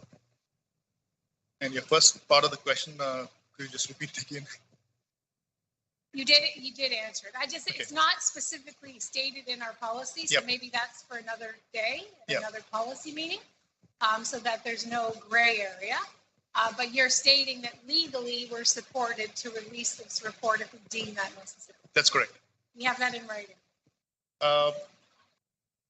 We had legal counsel speak this, and we do not have it in writing. But recorded? We probably have it recorded. It was an open session. Okay, thank you. Thank you, Trustee Ohonchanara. Trustee O'Brien, you have the floor. Thank you, through Mr. Chair. And, am I sounding okay? I'm getting some feedback. And I want to thank Trustee Agnew for bringing this forward. I've had many questions from many ratepayers about this report who want to see it, and all I can say is there's so much I can't tell you. So the fact that they're going to know what's behind the code of conduct hearings actually is a huge relief. But I do have a question for Trustee Vice Chair Agnew. Did you have a time in mind for the release of this report? Trustee Agnew, I'll pass it to you. Through you, Mr. Chair, to Trustee O'Brien, I mean, I'm recognizing the question that has come from Trustee Ohonchanara, and I don't know if perhaps we need to find out some more information or confirmation for some of the trustees' comfort levels. Initially, my thought was if we could vote on it and pass it this evening, that we could, I guess, decide amongst us how that was going to be released. And then once we determine the method of doing that, we would just go ahead and release it without delay. But again, I want to make sure that the comfort level of my fellow trustees is there with respect to whether or not what we are releasing is okay to release legally. And I want to make sure that everyone's comfortable with that. So I don't know if that answers your question, but my intention was for it to be sort of right away. But I also think if we need to cross some T's and dot some I's, then we could release them once that has been done. Thank you, Trustee. Thank you. Well, actually, you can put the clock on again. Thank you, Trustee. I knew that does clarify for me. So I see it as we can vote to release it or not to release it, and then the how would be a second motion. That's what I'm assuming. Correct, Trustee Agnew? I mean,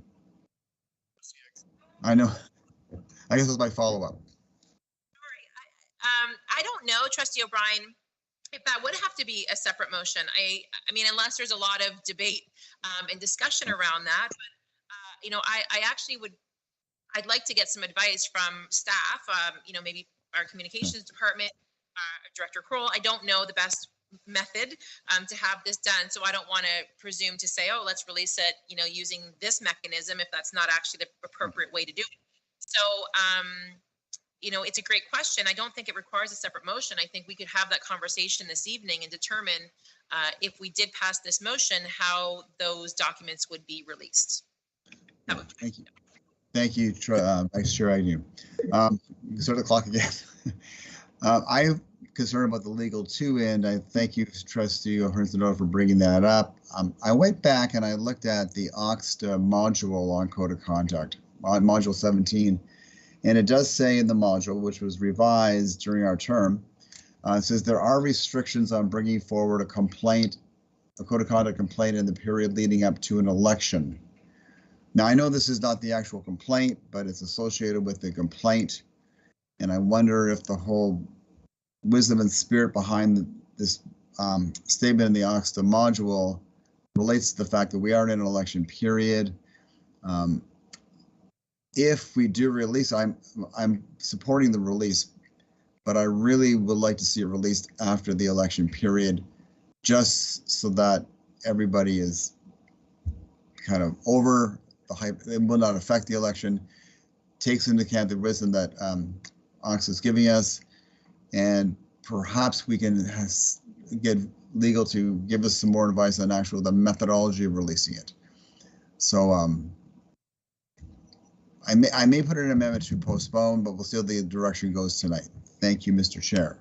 Thank you, Trustee O'Brien. I'm hearing parts to this question. First part is how to release it and are we able to legally release that part? So this motion as it stands right now does not address this.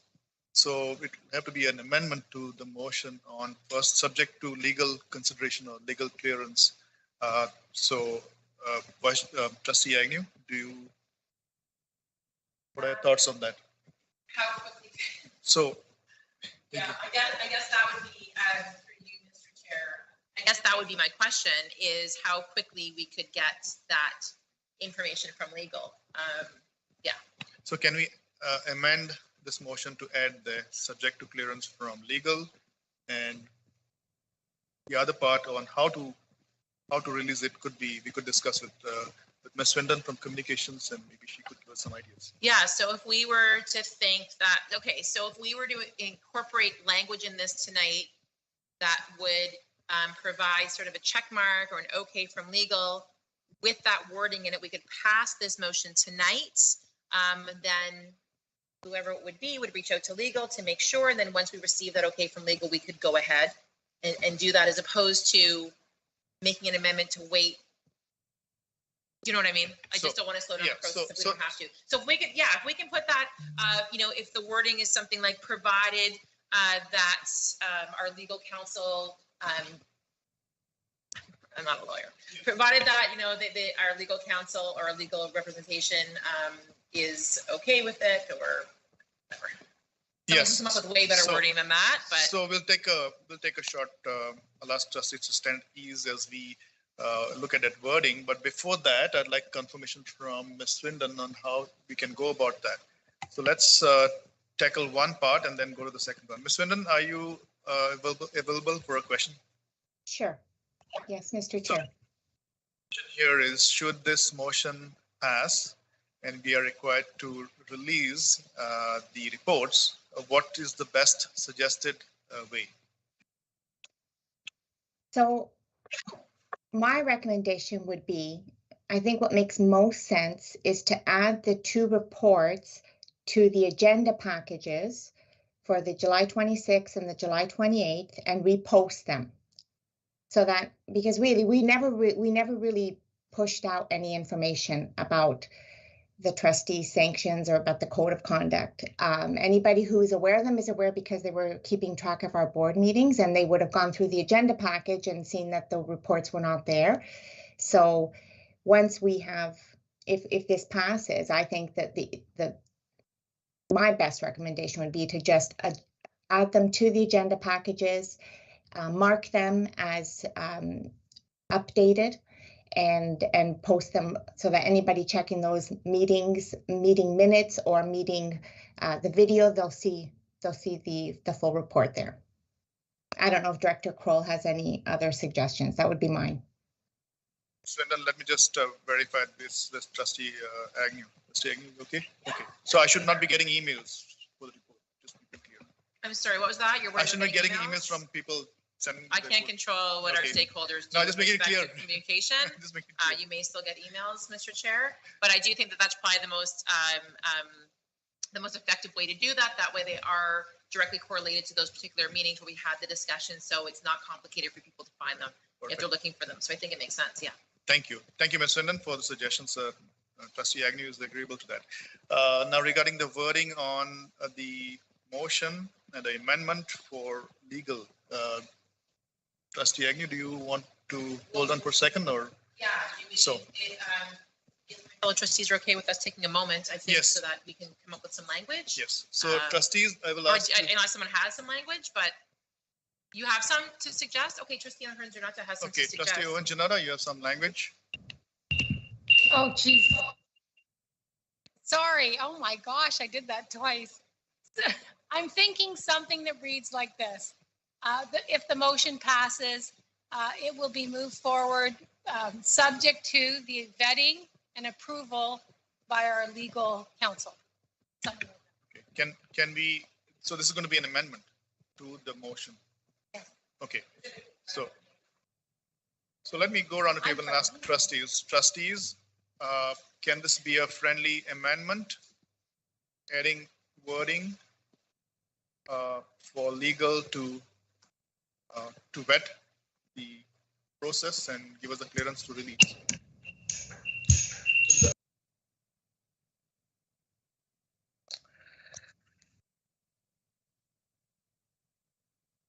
I do not hear any concerns. I'm ahead of Chair. Mr. Chair. Trustee O'Brien, I hear you. Mr. Chair. Thank you, Mr. Chair. My hand was up.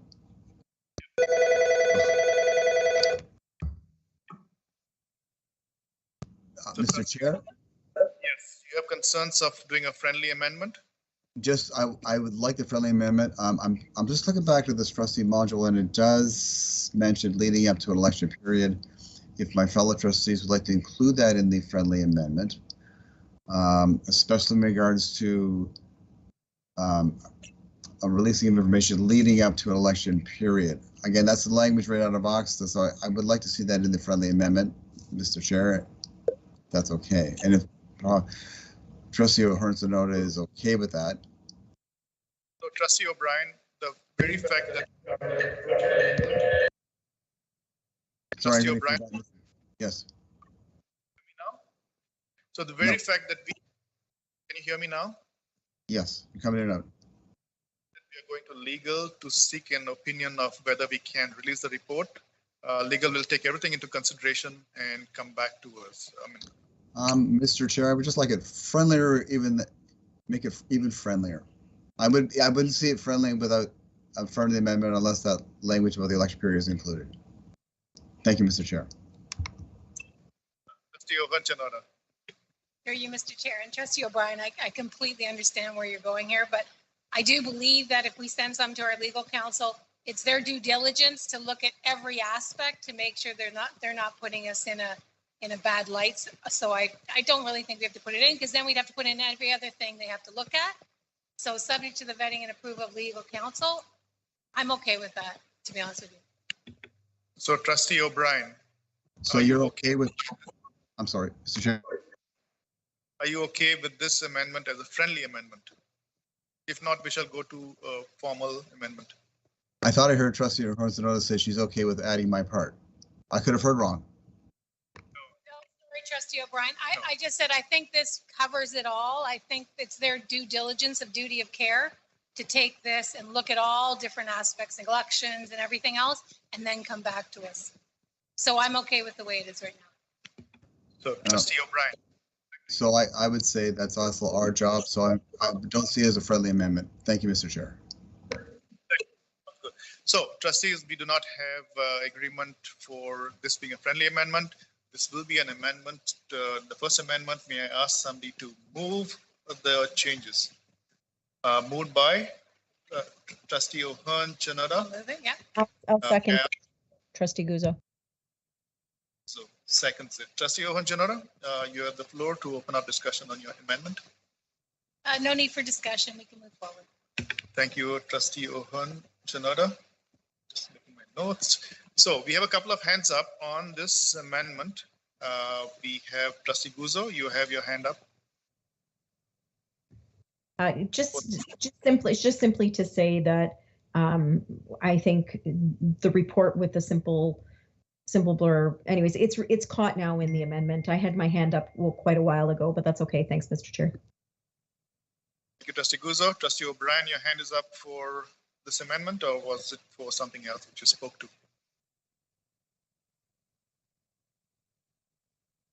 Trustee O'Brien.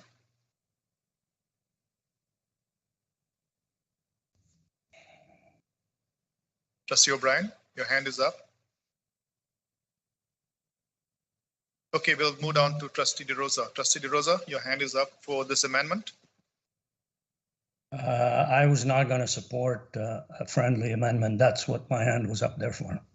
Thank you. Trustee O'Brien.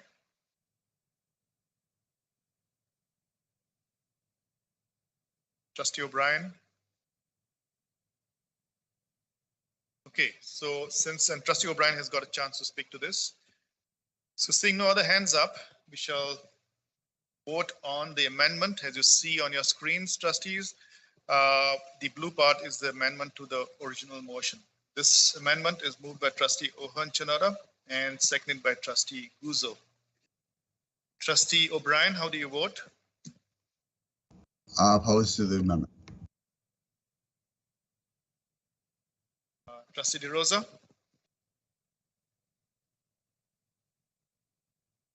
Trustee DeRosa? We are voting on the amendment which you see on your screen in blue. I'm opposed. Trustee Bowie? In favor. Trustee Chua? In favor. Trustee Kuzma? In favor. Trustee Ohonchanara? In favor. Trustee Guzzo? Favor. Trustee Agnew? In favor. Trustee Murphy? In favor. So we have 4 in favor, 2 opposed. The amendment carries. Shall now move on to the main motion as amended. So the main motion was moved by Trustee Agnew, seconded by Trustee O'Brien. Do I see any hands up, trustees, for discussion on the amended motion? Seeing none, I shall hand this to Trustee Agnew. Oh, I see Trustee O'Brien. Your hand was up for a second. Trustee O'Brien, you want? Again, I will not be supporting this motion. Without that part about the election period, it's just too sensitive. So I will oppose this. Trustee O'Brien. No other hands up, so Trustee DeRosa, you have your hand up. Trustee DeRosa, you have the floor.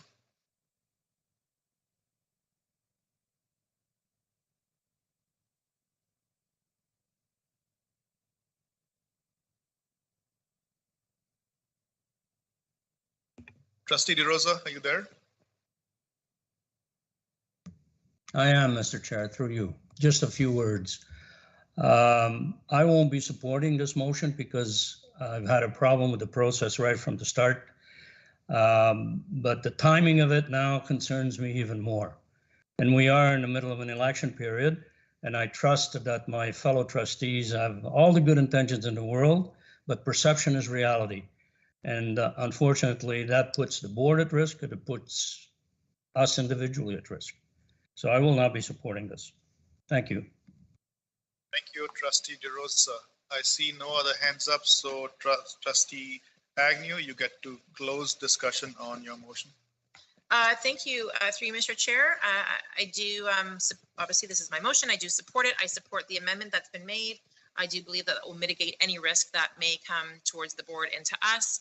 I think that that line with respect to vetting and approval of legal counsel will in fact incorporate anything that may prevent these reports from going out to the general public. So I have full confidence that if there is a reason, whether that be because it is in violation of election rules or a time frame, or there is some information contained in there that should not be shared with the public, that our legal counsel will in fact let us know that. So again, in the effort of transparency, we have had numerous stakeholders that have requested this information, and I'd like to make that available to them if there's nothing precluding us from doing that. So thank you, Mr. Chair. Thank you, Trustee Agnew. I see no other hands up, so I shall call the vote on the motion. Code of Conduct reports, item 8.8, moved by Trustee Agnew, seconded by Trustee O'Brien. Trustee DeRosa, how do you vote? I'm opposed, Mr. Chair. Trustee Bowie? In favor. Trustee favor. Trustee Kuzma? In favor. Trustee Ohonchanara? In favor. Trustee Guzzo? In favor. Trustee Agnew? In favor. Trustee Murphy? In favor. Trustee O'Brien? Opposed. So we have 4 in favor, 2 opposed. The motion carries. So it shall go to legal and then the next part of the process. Thank you, trustees, for that discussion. Moving on to the next order of business, which is staff reports. The first item there, 9.1, secondary school assessments. Superintendent McGilcuddy, nice to see you, and may you please present your report. Thank you, and through you, Mr. Chair.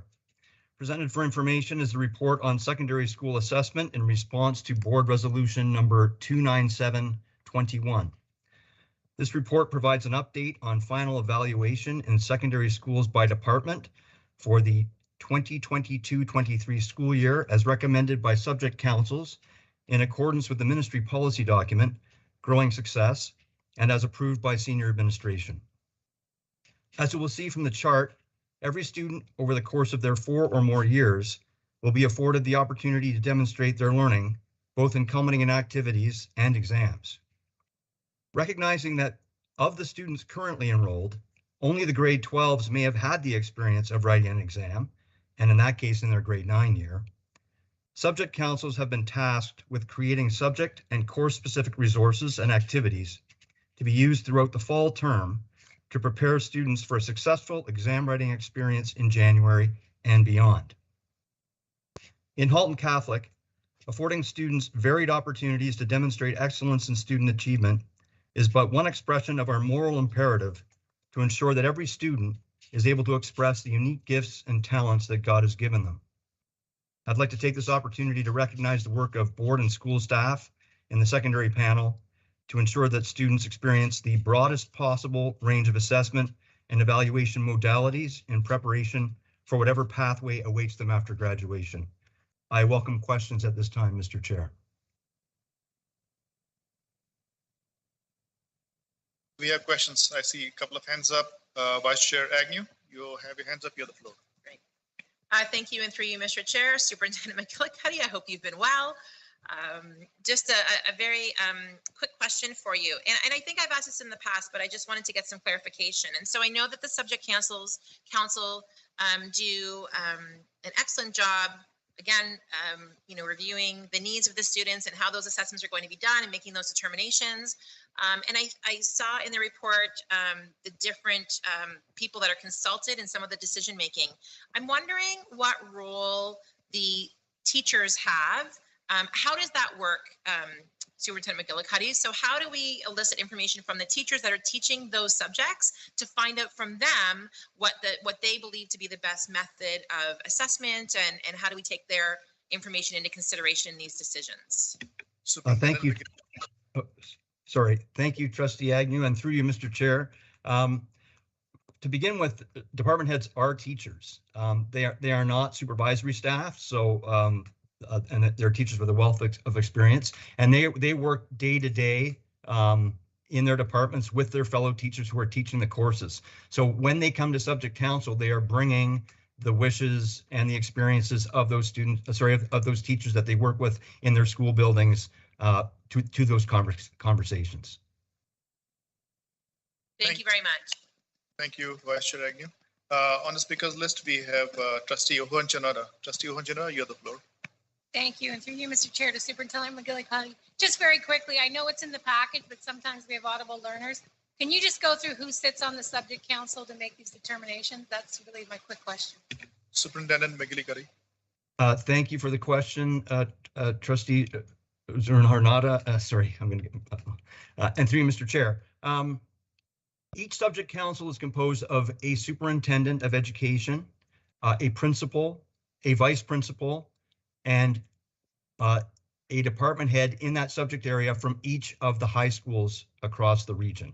So it's a group of, I would say it's about 12 individuals that are around the table when these conversations are taking place. So the majority of them are teachers. Superintendent, I just wanted everyone to hear how well-rounded those councils are with all the different experience there. Thank you very much. Thank you, Trustee Ohonchanada. Trustee Murphy, you have your hands up. You're up next. Thank you, and through you, Mr. Chair, to Superintendent McGillicuddy. Is there research and data that supports a move more towards away from the traditional exam that kind of us old timers grew up with? It just seems to be that is the way education is shifting. Is that a correct assessment, or maybe you can give us some background on that? Superintendent McGillicuddy.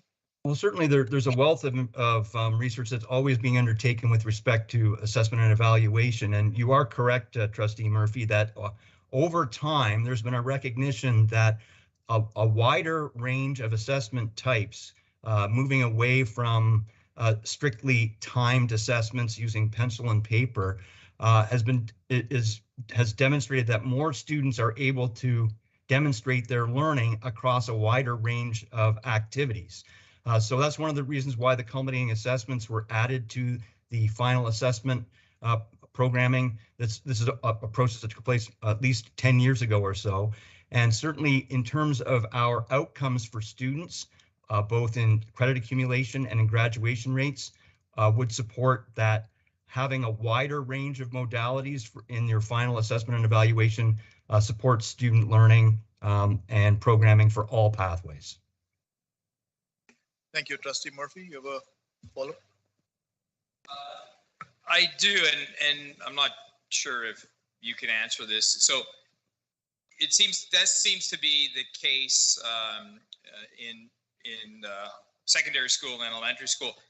Do we have feedback from universities? Is the pendulum shifting or swinging in post-secondary education? Do you have any even anecdotal observation on that? We don't. I'm sorry again, and through you, Mr. Chair. We don't have official communication from any of the post-secondary institutions about their own assessment and evaluation policies, but anecdotal evidence coming from recent graduates and also from some of our younger teachers would suggest that very slowly and incrementally, post-secondary institutions are beginning to broaden their assessment and evaluation practices, but it certainly varies by subject area and by program. Obviously, in pathways in the college area, for instance, there's far more hands-on opportunities and project type assessments than there would be in universities, for instance. But on the whole, the trend is towards more variety rather than less.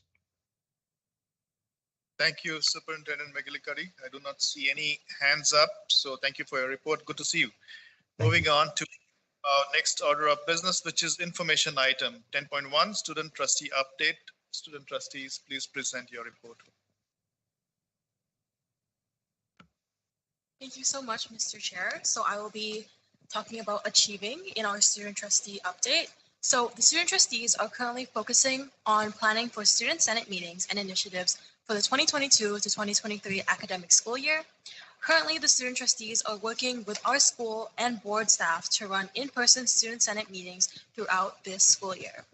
Our introductory senate meeting was held virtually on September 15th, 2022, and the senate is comprised of 80 different senators from all of the different secondary schools in our Catholic school board, each bringing their own diverse backgrounds and experiences to the table.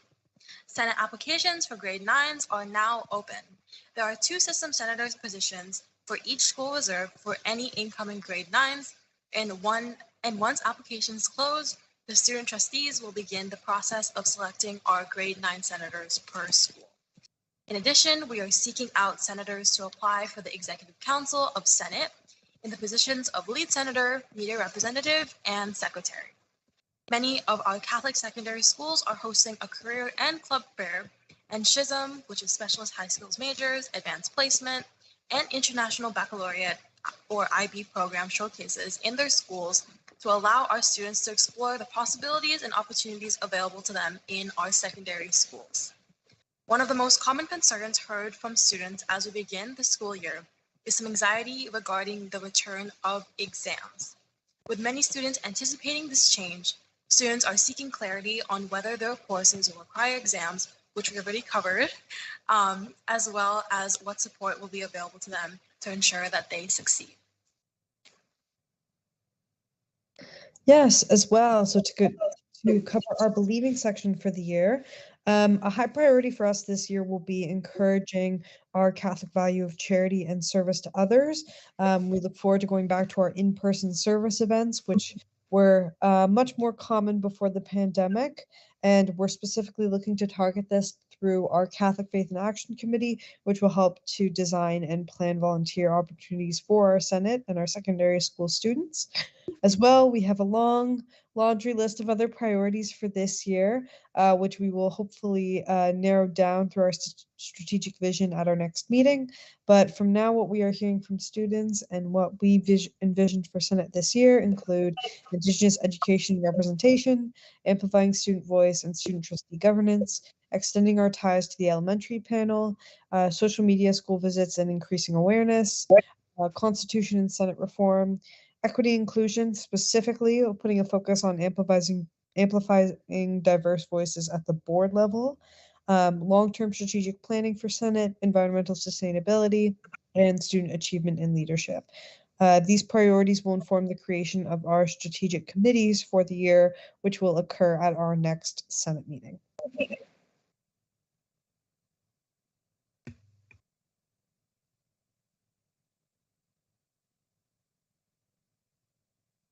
I'm here to present the belonging section. Sorry about that. A number of our senators volunteered to help with the International Student Program Welcome Orientation Day, where international students from across the world were gathered for the day, which included informative presentations about attending school in our board.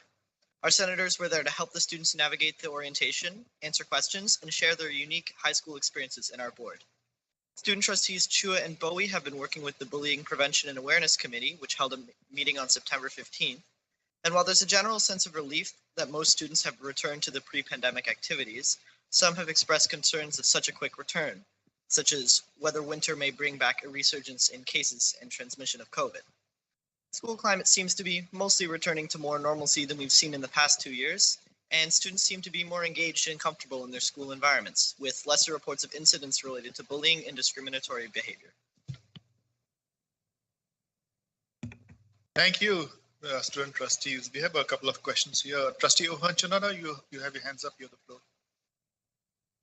Thank you. Through you, Mr. Chair, to our student trustees. I just can't help but, when I read the report, how focused you all are with all the different priorities that you want to get done and how busy you're going to be this year. That is not lost on me, but congratulations on creating such a diverse, for lack of a better word, and focused goal for this year. So very well done, all three of you. Thank you. Trustees, do we have any further questions for Director Crowell? Certainly, and through you, Mr. Chair. It was not obvious to us that this was the first report that you brought. It was very well done. It was very thorough. It was very well explained. Kudos to you. You're going to be doing great work the rest of the year based on what we've seen tonight. So keep up the good work. Thank you. And I'll echo what Director Crowell, Trustee O'Brien, you have your hands up. You go first and then I'll speak to Trustee O'Brien. Thank you, Mr. Chair. I really would like to echo what Superintendent Crowell said. I'm really impressed by this quality of this first report. It's amazing, and I can see we're going to have a good year with our student trustees. Thank you, Mr. Chair. I was just going to echo what Director Crowell and Trustee Ohanchanada said about the report. I read it and I said, wow. So you all are going to be really, really busy all year round, and all the best to you. Okay, so thanks so much. Okay, moving on down to the 10.2 school updates. Director Crowell, please present your update. I got to remember to go before you guys next time, not after the student trustees.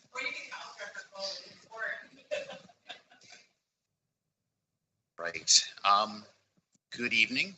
Through you, Mr. Chair, happy to bring a school update. Just a couple of items to discuss tonight. I just want to highlight some things that are going on in schools. As you noted, it's a busy September. Just a little bit of information about transportation and school uniforms, and then just sort of update on our ongoing protective measures, and then happy to answer any questions the trustees may have. So at this time last year, we were trying to figure out how we were going to run athletics. We had a lot of discussions about things that we could do, about protocols to put in place, how to monitor, if we're going to be able to have spectators, how we might monitor screening. Everything's running, everything's open, right? All of our sports are going. We have our cross-country meet coming up soon for our regions, which we're really excited about. Schedules are being finalized. So if you checked on Friday, you would have seen our football schedules are up. If you check today, you see baseball schedules are up. And we expect by the sort of middle of next week to see schedules for all of our fall sports. We're really excited. And if you're following our social media, you'll see there are a number of various clubs, activities, lots of things going on at both our elementary and secondary schools. With regards to curriculum nights, the last couple of years, curriculum nights have been done virtually. So we're pleased to announce that you would have, again, may have attended them already. A lot of schools have completed their curriculum night.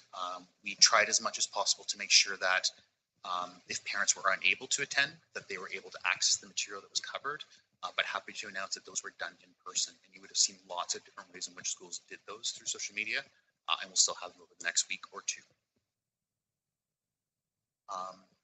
Again, you would also be aware of the Provincial Day of Mourning for Queen Elizabeth, which we participated in as a board on Monday, September 19th.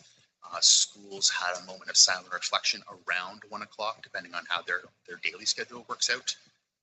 And our system chaplain, Jillian Federico, was wonderful in providing not only a moment of silence here for board staff here in the boardroom, but also providing resources for schools to be able to use and leading that moment of reflection.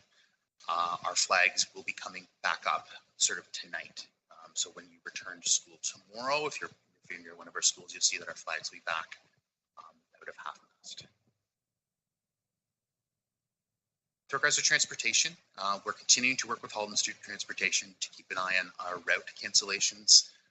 One of the improvements that HSTS has made is if they are aware that there's a route that's going to be canceled for multiple days, they're proactively reaching out to those parents to let them know.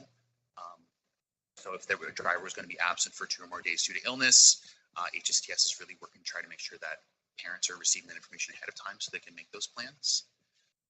Also, we have shared information in the past on the school bus camera pilot, and that will be resuming on October 17th for a 5-week period with impacting 12 bus routes, and that'll affect 16 of our schools.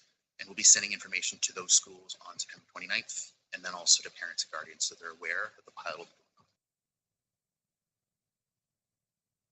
With regards to McCarthy's, had a couple questions from trustees over the summer just with regards to school uniform. You'd be likely aware that our school uniform provider, McCarthy's, does guarantee that items will be provided to parents if they're ordered by a certain date.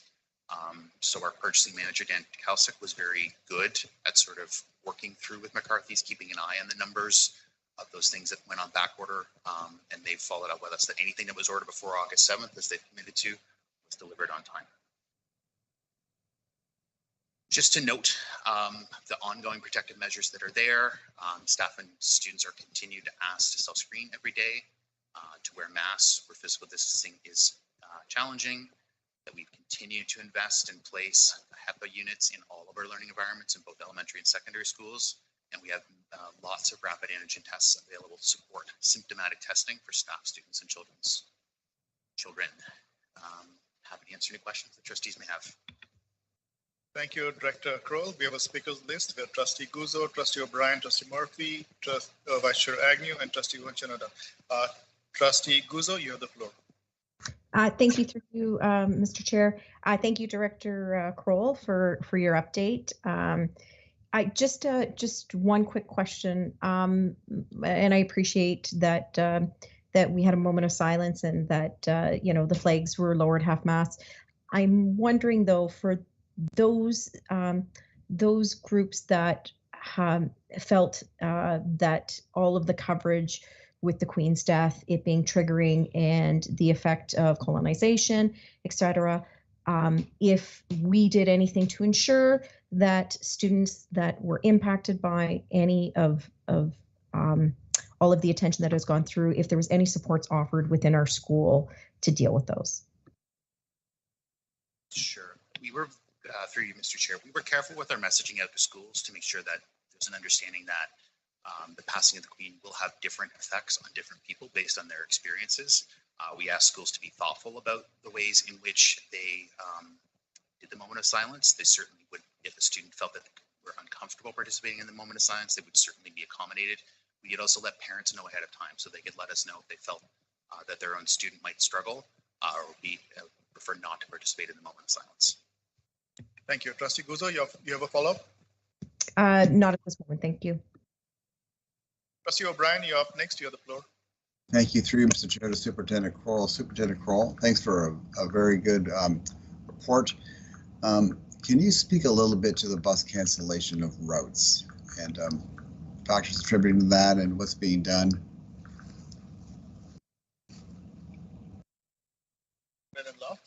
I could start Okay, and then Superintendent Lofton Dr. Kroll. can fill in. So with regards to bus cancellation routes, or if, it is entirely related to staff and the challenges that we've had over the past couple of years to make sure that routes are staffed. I would say, in talking through this with Superintendent Lofts, our numbers are pretty low. Like, for example, on Friday, when we checked the numbers on Friday, I think we noted that there were only 6 routes that were canceled across the system. But Superintendent Lofts, perhaps you could just fill in with a little bit more information if that's okay. Superintendent Lofts. Thank you, through you, Mr. Chair, and to Trustee O'Brien. It is a problem across the sector, Trustee O'Brien. It's not just Halton, it's in Hamilton, it's in Peel. There's bus cancellations, unfortunately. Large part is due to driver shortages. Like Director Kroll mentioned, we are fortunate, and I know it's easy to say fortunate when you're not directly affected by it. For the parents that are affected by it, I don't think they'd like me saying fortunate. But as an organization, we're fortunate that our numbers haven't been as severe as some other areas. I did get an update today from HSTS, which is great. We actually have 17 drivers in training across all of our providers, which is good news to kind of help with the driver shortages. Right now, we have about 13 open routes, and what open routes means is that we have drivers, we just don't have permanent drivers for it. So we're having substitute drivers in and such, which makes it, again, adds to delays and things like that because they're not the experienced driver for that route. By having those drivers in training come online, that will help with some of our times and lower our times. Just looking at it, in September, we had 15 drivers in training. By the 12th, we had 14, and now we're up to 17. So our numbers in training are rising each week, which is good. We're getting more applicants coming in and more hires. It's something that HSTS is definitely concerned about, as we all are, as we work to kind of lower that and try to have as little an impact on our students as possible. Brian, you have a follow-up? I do, and thank you, Superintendent Lofts. It's so good to hear about those 17 coming on board. That's really, I think, will take the load off. I know this is a long-term thought, and it's been talked about before, and I know in part the city has done this. Has there any been further talk about partnering with the city to tap in on their transportation system just to kind of ease the burden a bit? We have talked, sorry, Mr. Chair, I jumped in through you, if that's okay. Mr. Chair? Go ahead, Superintendent Lofts. Thank you. We have in the past, this is pre-COVID, Trustee O'Brien, we talked with the city of Burlington about busing in general. COVID kind of maybe had an impact on those discussions. So we haven't necessarily had those discussions recently with the municipal bus companies. So obviously it would be Oakville, Burlington, and Milton. I do not believe that Halton Hills has municipal bus service. It's something that we've looked at in the past. I know they've looked at it. We do have meetings coming up. I can bring it up again and bring that question to the table. Thank you so much, Superintendent Lofts. No, thank you. It's a good suggestion. Trustee O'Brien. Moving down the speaker list, we have Trustee Murphy. Trustee Murphy, you have the floor. Thank you, through you, Mr. Chair. Just a comment to Director of Education, Kroll. I think you guys did a great job on the rollout. You're put in a very tough position, and I think you really rose to the occasion, and your team rallied behind you. So I commend you and your staff and all our administrators. I think you guys did a great job starting the school year. So thank you for that. Thank you very much for that. Thank you. You have a question too? Hey, okay, go ahead. buddy, I'm just starting, man. Oh man, talk about trying to get Murphy off the stage. So with regards to the pilot program for the buses, video recording, so something very, very interested in. What happens after the pilot process? So what's the evaluation process that we go through? What's the criteria to say yes or no to rolling out? And then I have another question. I'll have to put that in because obviously the chair wants to get me off. I think I'll pass this to Superintendent Lofts. Superintendent Lofts, could you answer? Yes, and through you, Mr. Chair, and to Trustee Murphy. So hopefully, Trustee Murphy, we send it back to the IPC. They agree that we can implement it across the system and we turn on all the cameras in the system. Obviously, we would communicate out to our families that we'd be turning the bus cameras on, but that is the end goal that we're trying to get, is to ensure that we get those cameras on all our buses. We have the cameras already installed.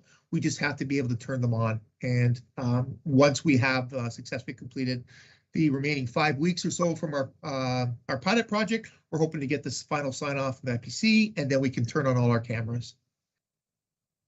Thank you. Trustee Murphy, I'll put you back in the queue. No. So can you expand, who is the governing body that approves that? It is the, let me just get the right, I'm trying to get the, I keep calling it an acronym, so let me get the actual.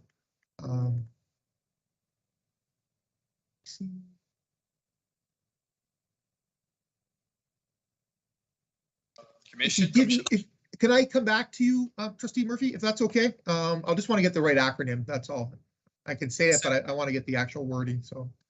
Separate government body has to sign off. That's fine. Yeah, if you could just let us know. Will do. My question relates to our most vulnerable students who tend to be on different vehicles. So when we talk about video recording, it's all vehicles that transport any of our students? That is correct, yes. The cameras are already installed. They were part of our RFP the last time when we had the RFP a number of years ago, that all our buses had to have the cameras installed in them. All our buses do have the cameras in. Only problem, we haven't been able to turn it on because of the issues we've talked about over the last number of years, trying to get that final sign off so we can move it forward. Great, thank you. Thank you. Are you done? 3 more questions. Okay. Moving down the speakers list, we have Vice Chair Agnew. You have the floor.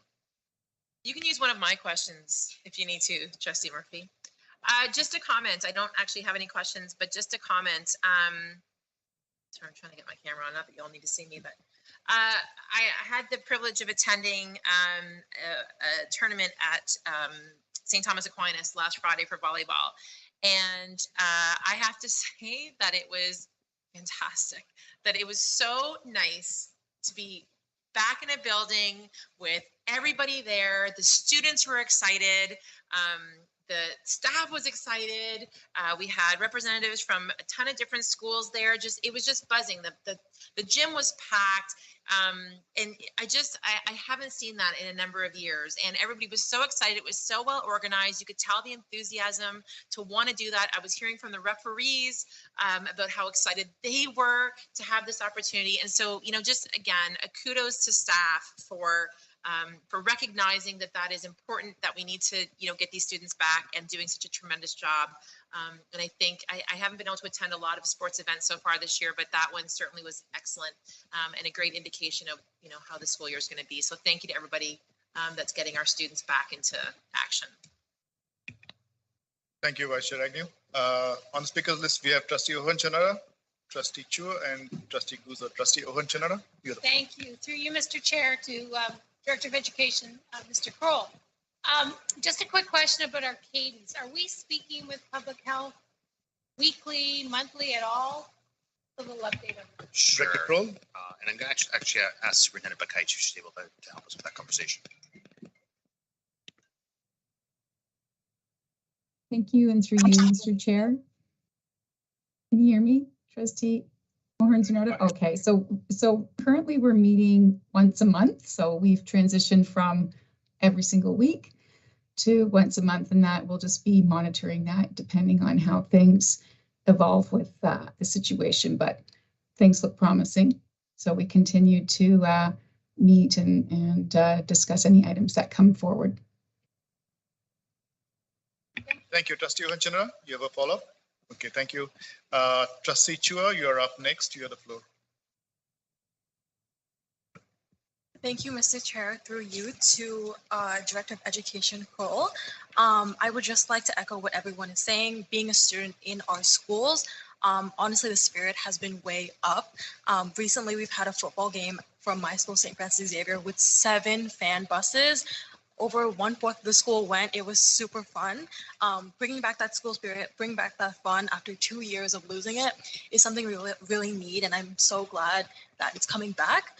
And in regards to school uniform, many students have came to me from my school and schools in our secondary schools in regards to possibly changing our school uniform because more specifically our McCarthy pants have been said to be uncomfy and also a low quality on the hem on the bottom as it easily rips with like walking in the hallways with your shoes. I'm just wondering if there's any way we can resolve that. Director Kroll? Certainly, and I'll start, and if Superintendent Denolfo wants to join in, she's certainly more than welcome to. I would say certainly that as student trustees, you have a voice. I would say any student councils at your school would have a voice. Parent councils will be having discussions this month about school uniform as part of their opening meeting agenda. My recommendation would be, and I'm not sure if every school, I assume every school has some sort of student government, be an opportunity for that student government to engage with parent council to look to be more of a voice around the uniform. If that makes sense to you, there's certainly an opportunity. We certainly do want to ensure that we have student voice as part of our school dress code and our school uniform. And I would say it is reasonable that student government could certainly take that on. Thank you, Trustee Chua. You have a follow-up question? I do not. Thank you so much. Thank you. Moving on down, the last speaker would be Trustee Guzzo. Trustee Guzzo, you have your hand up. You have the floor. Thank you, through you, Mr. Chair. I'm assuming it would be to Director Kroll and whoever he'd want to appoint it to. I'm just wondering now that we're in, I guess it's the third week of school, how organization went for the beginning of school for elementary. Did we have a lot of class reorganization? I'm just wondering if there's an update on that. I haven't really heard much, which is always a good sign. But that being said, if you can share an update on how that's gone. Sure, and I'll ask Superintendent Denolfo if she can speak to elementary staffing.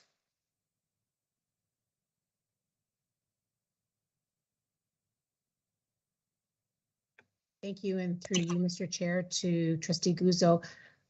With regards to school organizations in elementary, just last week, we did open 4 additional classrooms. They actually were effective on Monday this week. So all the elementary schools are now fully staffed and there will not be additional movement at this time. So we are in line with the ministry requirement that we have with regards to our primary classes, that we have no more than 10% of the classes across the system over 20 students. And we uphold the ratios for junior intermediate, grade 4 to 8 at 24.5, and our kindergarten classes at 26. So all the organizations for elementary are staffed, and there should not be any more changes across the system. Thank you. Trustee Guzzo, you have a follow-up question? No, just a comment, same with what Trustee Agnew said and Trustee Chua. I as well was at STA on Friday. It really was pretty cool to see the kids back to somewhat normal, and looking forward to see what the rest of the year brings. So. Thank you, trustees. I do not see any other hands up, but I just have a note here, a comment. As you all know, Superintendent Director Kroll has, in a short time, a couple of board meetings, has done a fantastic job. The next board meeting, we will have our new director, John Klein, join us. I want to acknowledge and thank Director Kroll profusely, who has helped fill the gaps and run everything very, very smoothly. You have done an outstanding work, and which is appreciated. Since we are doing very well with time, I'll now call upon trustees and staff if they would like to say a few words, and Director Kroll. Trustee Guzzo, you have your hand up. Just because I can't help myself. Director Kroll, thank you very much for filling in. I know it probably wasn't an easy feat to do, especially, during the summer. I'm sure your plans were very different for this summer. However, thank you for being there, for responding, and for always being transparent with us. I really appreciate it. And as always, we'll enjoy working with you, continuing to work with you in curriculum. So thank you. Thank you, Vice Chair Agnew. Well, I mean, we kind of have to say something because you said like the trustees want to say something. So I'm like, I gotta. No, I'm kidding. Yeah, just again, it's going to be an echoing. But you stepped in. We needed someone, Director Kroll. So thank you for doing that. You know, I am glad that even after you are done with this particular role, that you'll go right back to what you were doing, because it's obviously a pleasure dealing with you on a regular basis. But it's been great dealing with you in this role, and you've been very amiable to answering our questions and being available for everything. And it's not an easy position to be in, especially in an interim role. So very much appreciated. Just wanted to let you know that. Thank you. I'm going to open this up to even senior staff. I do not want to put anybody in the spot, but if you want to jump in, sure. We have the time today. So Trustee O'Hearn Chinoda. Trustee O'Hearn Chinoda, you have the floor. So we're going to make this meeting go to 11 regardless of what No, happens. we're almost done. Done. So I'd just like to say, Director of Education and Superintendent Kroll, thank you for what you've done. It really is not an easy feat, I don't think, to jump into this position. You have amazing staff. We have an amazing Catholic school board, let's face it. Superintendent McGillicuddy, I would go, thank you for coming back and taking care of curriculum as Superintendent Kroll moved into the Director of Education. So really, I just want to kind of give you a standing ovation and thank you for everything you've done. Appreciate that. Well done. Trustee DeRosa. Trustee DeRosa. Yes, thank you, Mr. Chair. How can I say this very simply? You are a courageous man. So thanks for jumping in. It was how should I say, that's a feeling of comfort that I'm sure we all shared with you having sitting in that seat. So thank you very much, Jeff.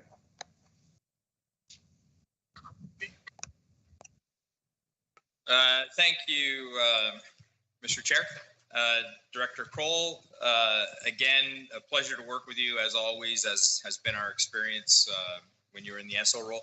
I think you were very engaged and very responsive in this role as director, which is a tough job. The best of days, it's a tough job as an interim, and it's a tough job as an interim at the beginning of a school year coming out of a pandemic. So, you know, I think you've earned your battle scars, and I'm sure it will serve you well in the future. Very, very impressive and a real pleasure to work with you.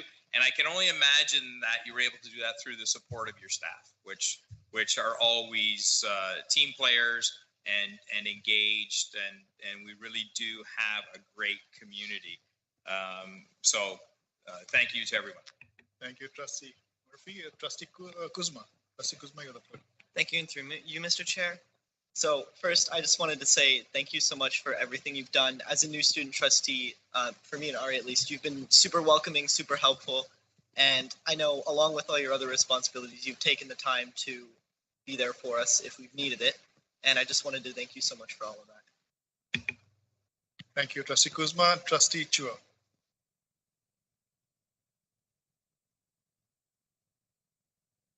Apologies. Just want to echo what Trustee Kuzma said. As my short time being here as a student trustee, you've actually helped us so much as student trustees and in the board. A lot of our students and staff have benefited because of your hard work, and I just want to say thank you so much for that. And I can't wait to work with you more as going back to role superintendent. Thank you, Trustee Chua. And Trustee O'Brien. Trustee O'Brien. Thank you, through Mr. Chair, to Director Kroll. I was standing at attention to and doing the happy dance for you. You did a great job. Your ability to stay calm when things are throwing at you from all sides is an amazing witness to me, and I always think about that whenever that happens to me. Let's do a Kroll here and just, you know, let things roll and keep smiling. I'm really impressed that you could do that. I hope we whetted your appetite for the director role. I'm just throwing that out to you. I'm certainly happy myself about it. So best of luck, and I hope we have a really great year. And thank you for the other superintendents, Superintendent McGillicuddy, for coming back and pitch hitting as well. And thanks again.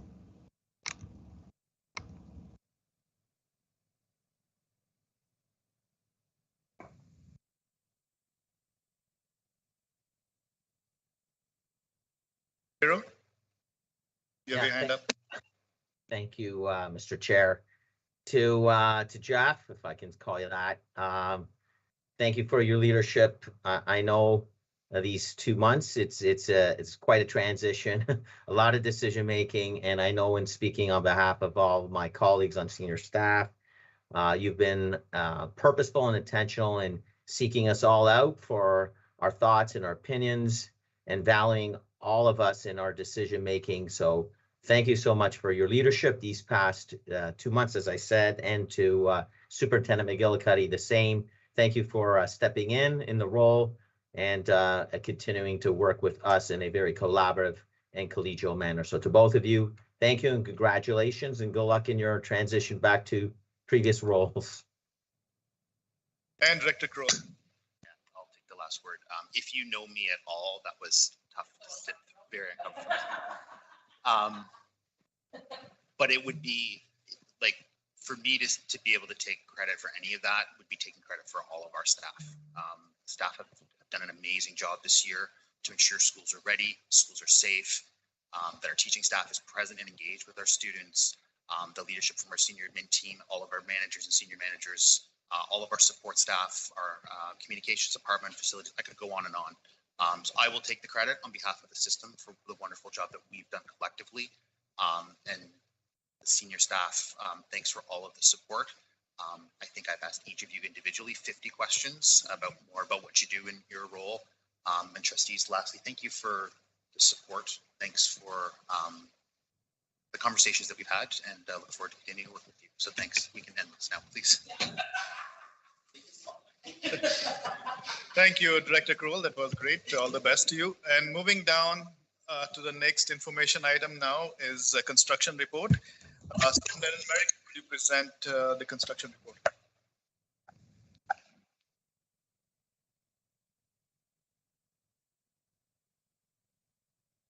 Thank you, Mr. Chair, and through you, we have the construction report for September 2022. For this month, we have the Milton number 10 school building, which opened on September 6th as the new home for the St. Kateri Catholic Secondary School. We have a few small items left at the school to complete.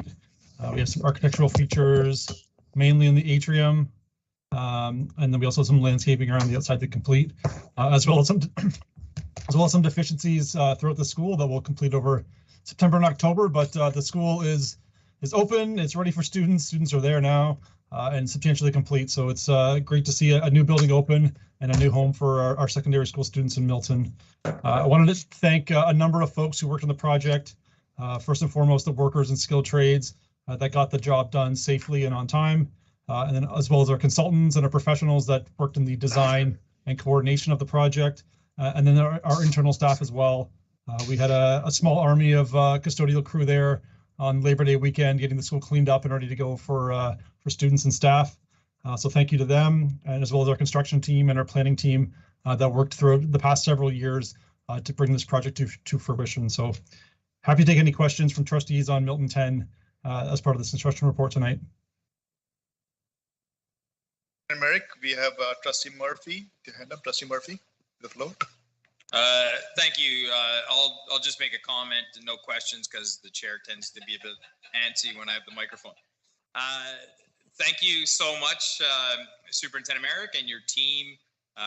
Obviously, Chair Duarte and I, being trustees in Milton, have keen interest in this, and it's a great benefit to our community. But overall, it speaks to the quality and competency of our board in building these facilities.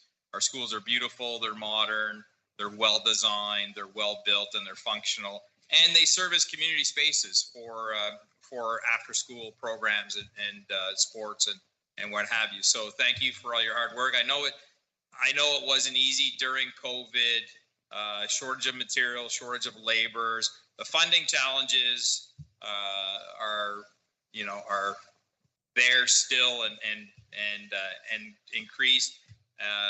We met Chair Duarte and met with yourself and Director Crowell today, talking about some of the other projects and some of the challenges going on, and it's all a moving target. So I think your team does amazing work. Keeping in mind that we have 5 other schools on the drawing board to build, right? So it's quite a large volume of work for a competent staff. So thank you. Murphy, and I do not see any hand up. So thank you, Superintendent Merrick, once again for the wonderful work done. I was there when it was being constructed, and now it's so much different. So thank you. Moving down, I see no other hands up. Shall move on down to item 10.4, OCSTA update. Trustee O'Hearn Chinoda. Thank you, through you, Mr. Chair. Just a very quick update for trustees around the table. We do have the Central Regional meeting going on next Tuesday. It looks like it's going to be a great fulsome day, ability to ask lots of questions, learn a little bit. So if you haven't registered or informed OXA that you'll be attending, please do so. That's next Tuesday, September the 27th. That's it for tonight. Thank you. Thank you, Trustee O'Hearn Chinoda, for your update. And we have a notice of motion at 10.5. It's called Universal Washrooms. Vice Chair Agnew, you want to present, read them. Yep, I can do that. Thank you. And through you, Mr. Chair. So whereas we have students and staff in our HCDSB schools who have different and unique medical, physical, and disability-related needs, and whereas we have students and staff who require a vast array of accommodations to be able to comfortably and safely use the washroom, whereas we have students and staff who, for uniquely personal reasons, do not feel comfortable using the standard school washrooms, and whereas accommodations should be made for students and staff to provide access to safe, private, and properly equipped washroom facilities. Whereas universal washrooms can provide barrier-free privacy and dignity for people of all abilities, including people with disabilities who may need the assistance of an attendant or special equipment. And whereas universal washroom, also often referred to as a gender inclusive or gender neutral washroom, is built for all people regardless of their gender identity, and where every individual has the right to use a washroom which aligns with their gender identity under the Canadian Human Rights Act. Be it resolved that the Director of Education directs senior staff to conduct a feasibility study with the goal of creating a universal and barrier-free washroom for any student or staff who requires it at each and every HCDSB school, as well as the CEC. Be it further resolved that this report be presented at the November 1st, 2022 regular board meeting. Thank you. There will be no discussion on this item. Moving on down to the next order of business, which is miscellaneous information. Item 11.1, 11.2, 11.3 are minutes of audit committee meetings, policy committee meetings, as well as CIPIC meetings. The minutes are provided for your information. Our next order of business is number 12, correspondence. Ministry memos are provided for information in your package. Item 12.2, there is a correspondence which was received from Ms. Lorenko, and it's in your package. There, our next order of business is the open question period. Director Kroll, do we have any questions submitted? Through you, Mr. Chair, there are a few questions, and I will read those. Yeah, could you read the questions, Director Kroll, and we'll see if we can have an answer. If we do not have an answer, answers will be provided to the person who's written, as well as all trustees, and it will be included in the minutes of our next meeting. Director Kroll, go ahead. Sure. The first question is, why is policy 1-24 fraud management been delayed several times, such that it is now not scheduled to be reviewed until after the election, such that it has not and will never be reviewed by this board of trustees?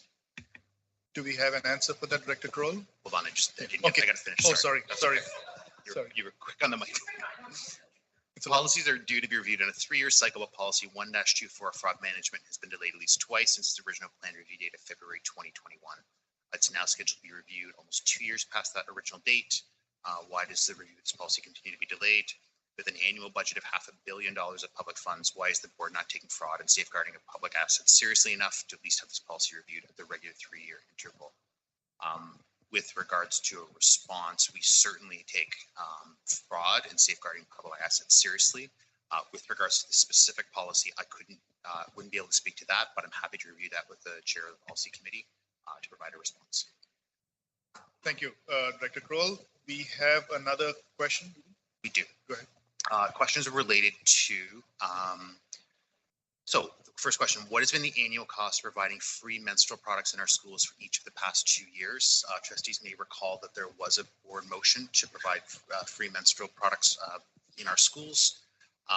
There was an initial cost of around $110,000 to install the dispensers. Schools have always provided those, so there's no board cost. You may recall that was brought in a board report a couple of years ago. So we wouldn't see the cost for those products at the board level. Schools have and continue to pay for those. The ministry does have a program as well, but the product they provide doesn't fit our dispensers. So we're in negotiation with them to see if they can look to provide us additional products. What was the cost of putting the infrastructure in place? Have there been additional maintenance costs? I'd say nominal in terms of additional maintenance costs. Did we receive any donations to offset the cost of providing free menstrual products, either with regards to equipment, infrastructure, or consumable products? Again, the short answer is no. Hopefully we can tap into the ministry initiative, though, to maybe offset some costs at the school level. Thank you, Director Kroll. Any more questions? Steve? No more questions. Okay, thank you. So the answers to the questions, if they were not provided, will be a letter will go to the person who's written it, as well as I said before, it'll be in the minutes of the meeting, and a copy to all the trustees. Thank you. Moving on to the next order of business, which is in camera. We do not have to go in camera. Moving on down, the next order of business is resolution regarding absentees. Do we have any absentees today? We do not. We do not have any absentees, so we shall continue down to adjournment and closing prayer. May I please have a motion to adjourn? Move to O'Brien. Trustee O'Brien, seconded by Trustee Ohanchanata. All in favor? Anybody opposed? Seeing none, the motion carries. Trustee O'Brien, could you please lead us in the closing prayer? Thank you, Mr. Chair. If you'll all please join me in the sign of our faith, in the name of the Father, and of the Son, and of the Holy Spirit. Amen. Lord, as we close this meeting, we want to give honor to you. Thank you, God, the time we had today to discuss issues and make decisions. May you bless each person who took the time to gather here today, and let your hand of protection be on them throughout the rest of the week. Let the work done here tonight come to fruition, and let it all be for your glory. Help us each do our parts to bring the plans discussed to life. Amen. In the name of the Father, and of the Son, and of the Holy Spirit. Amen. Thank you, everyone. Thank you, everyone. Good night. Thanks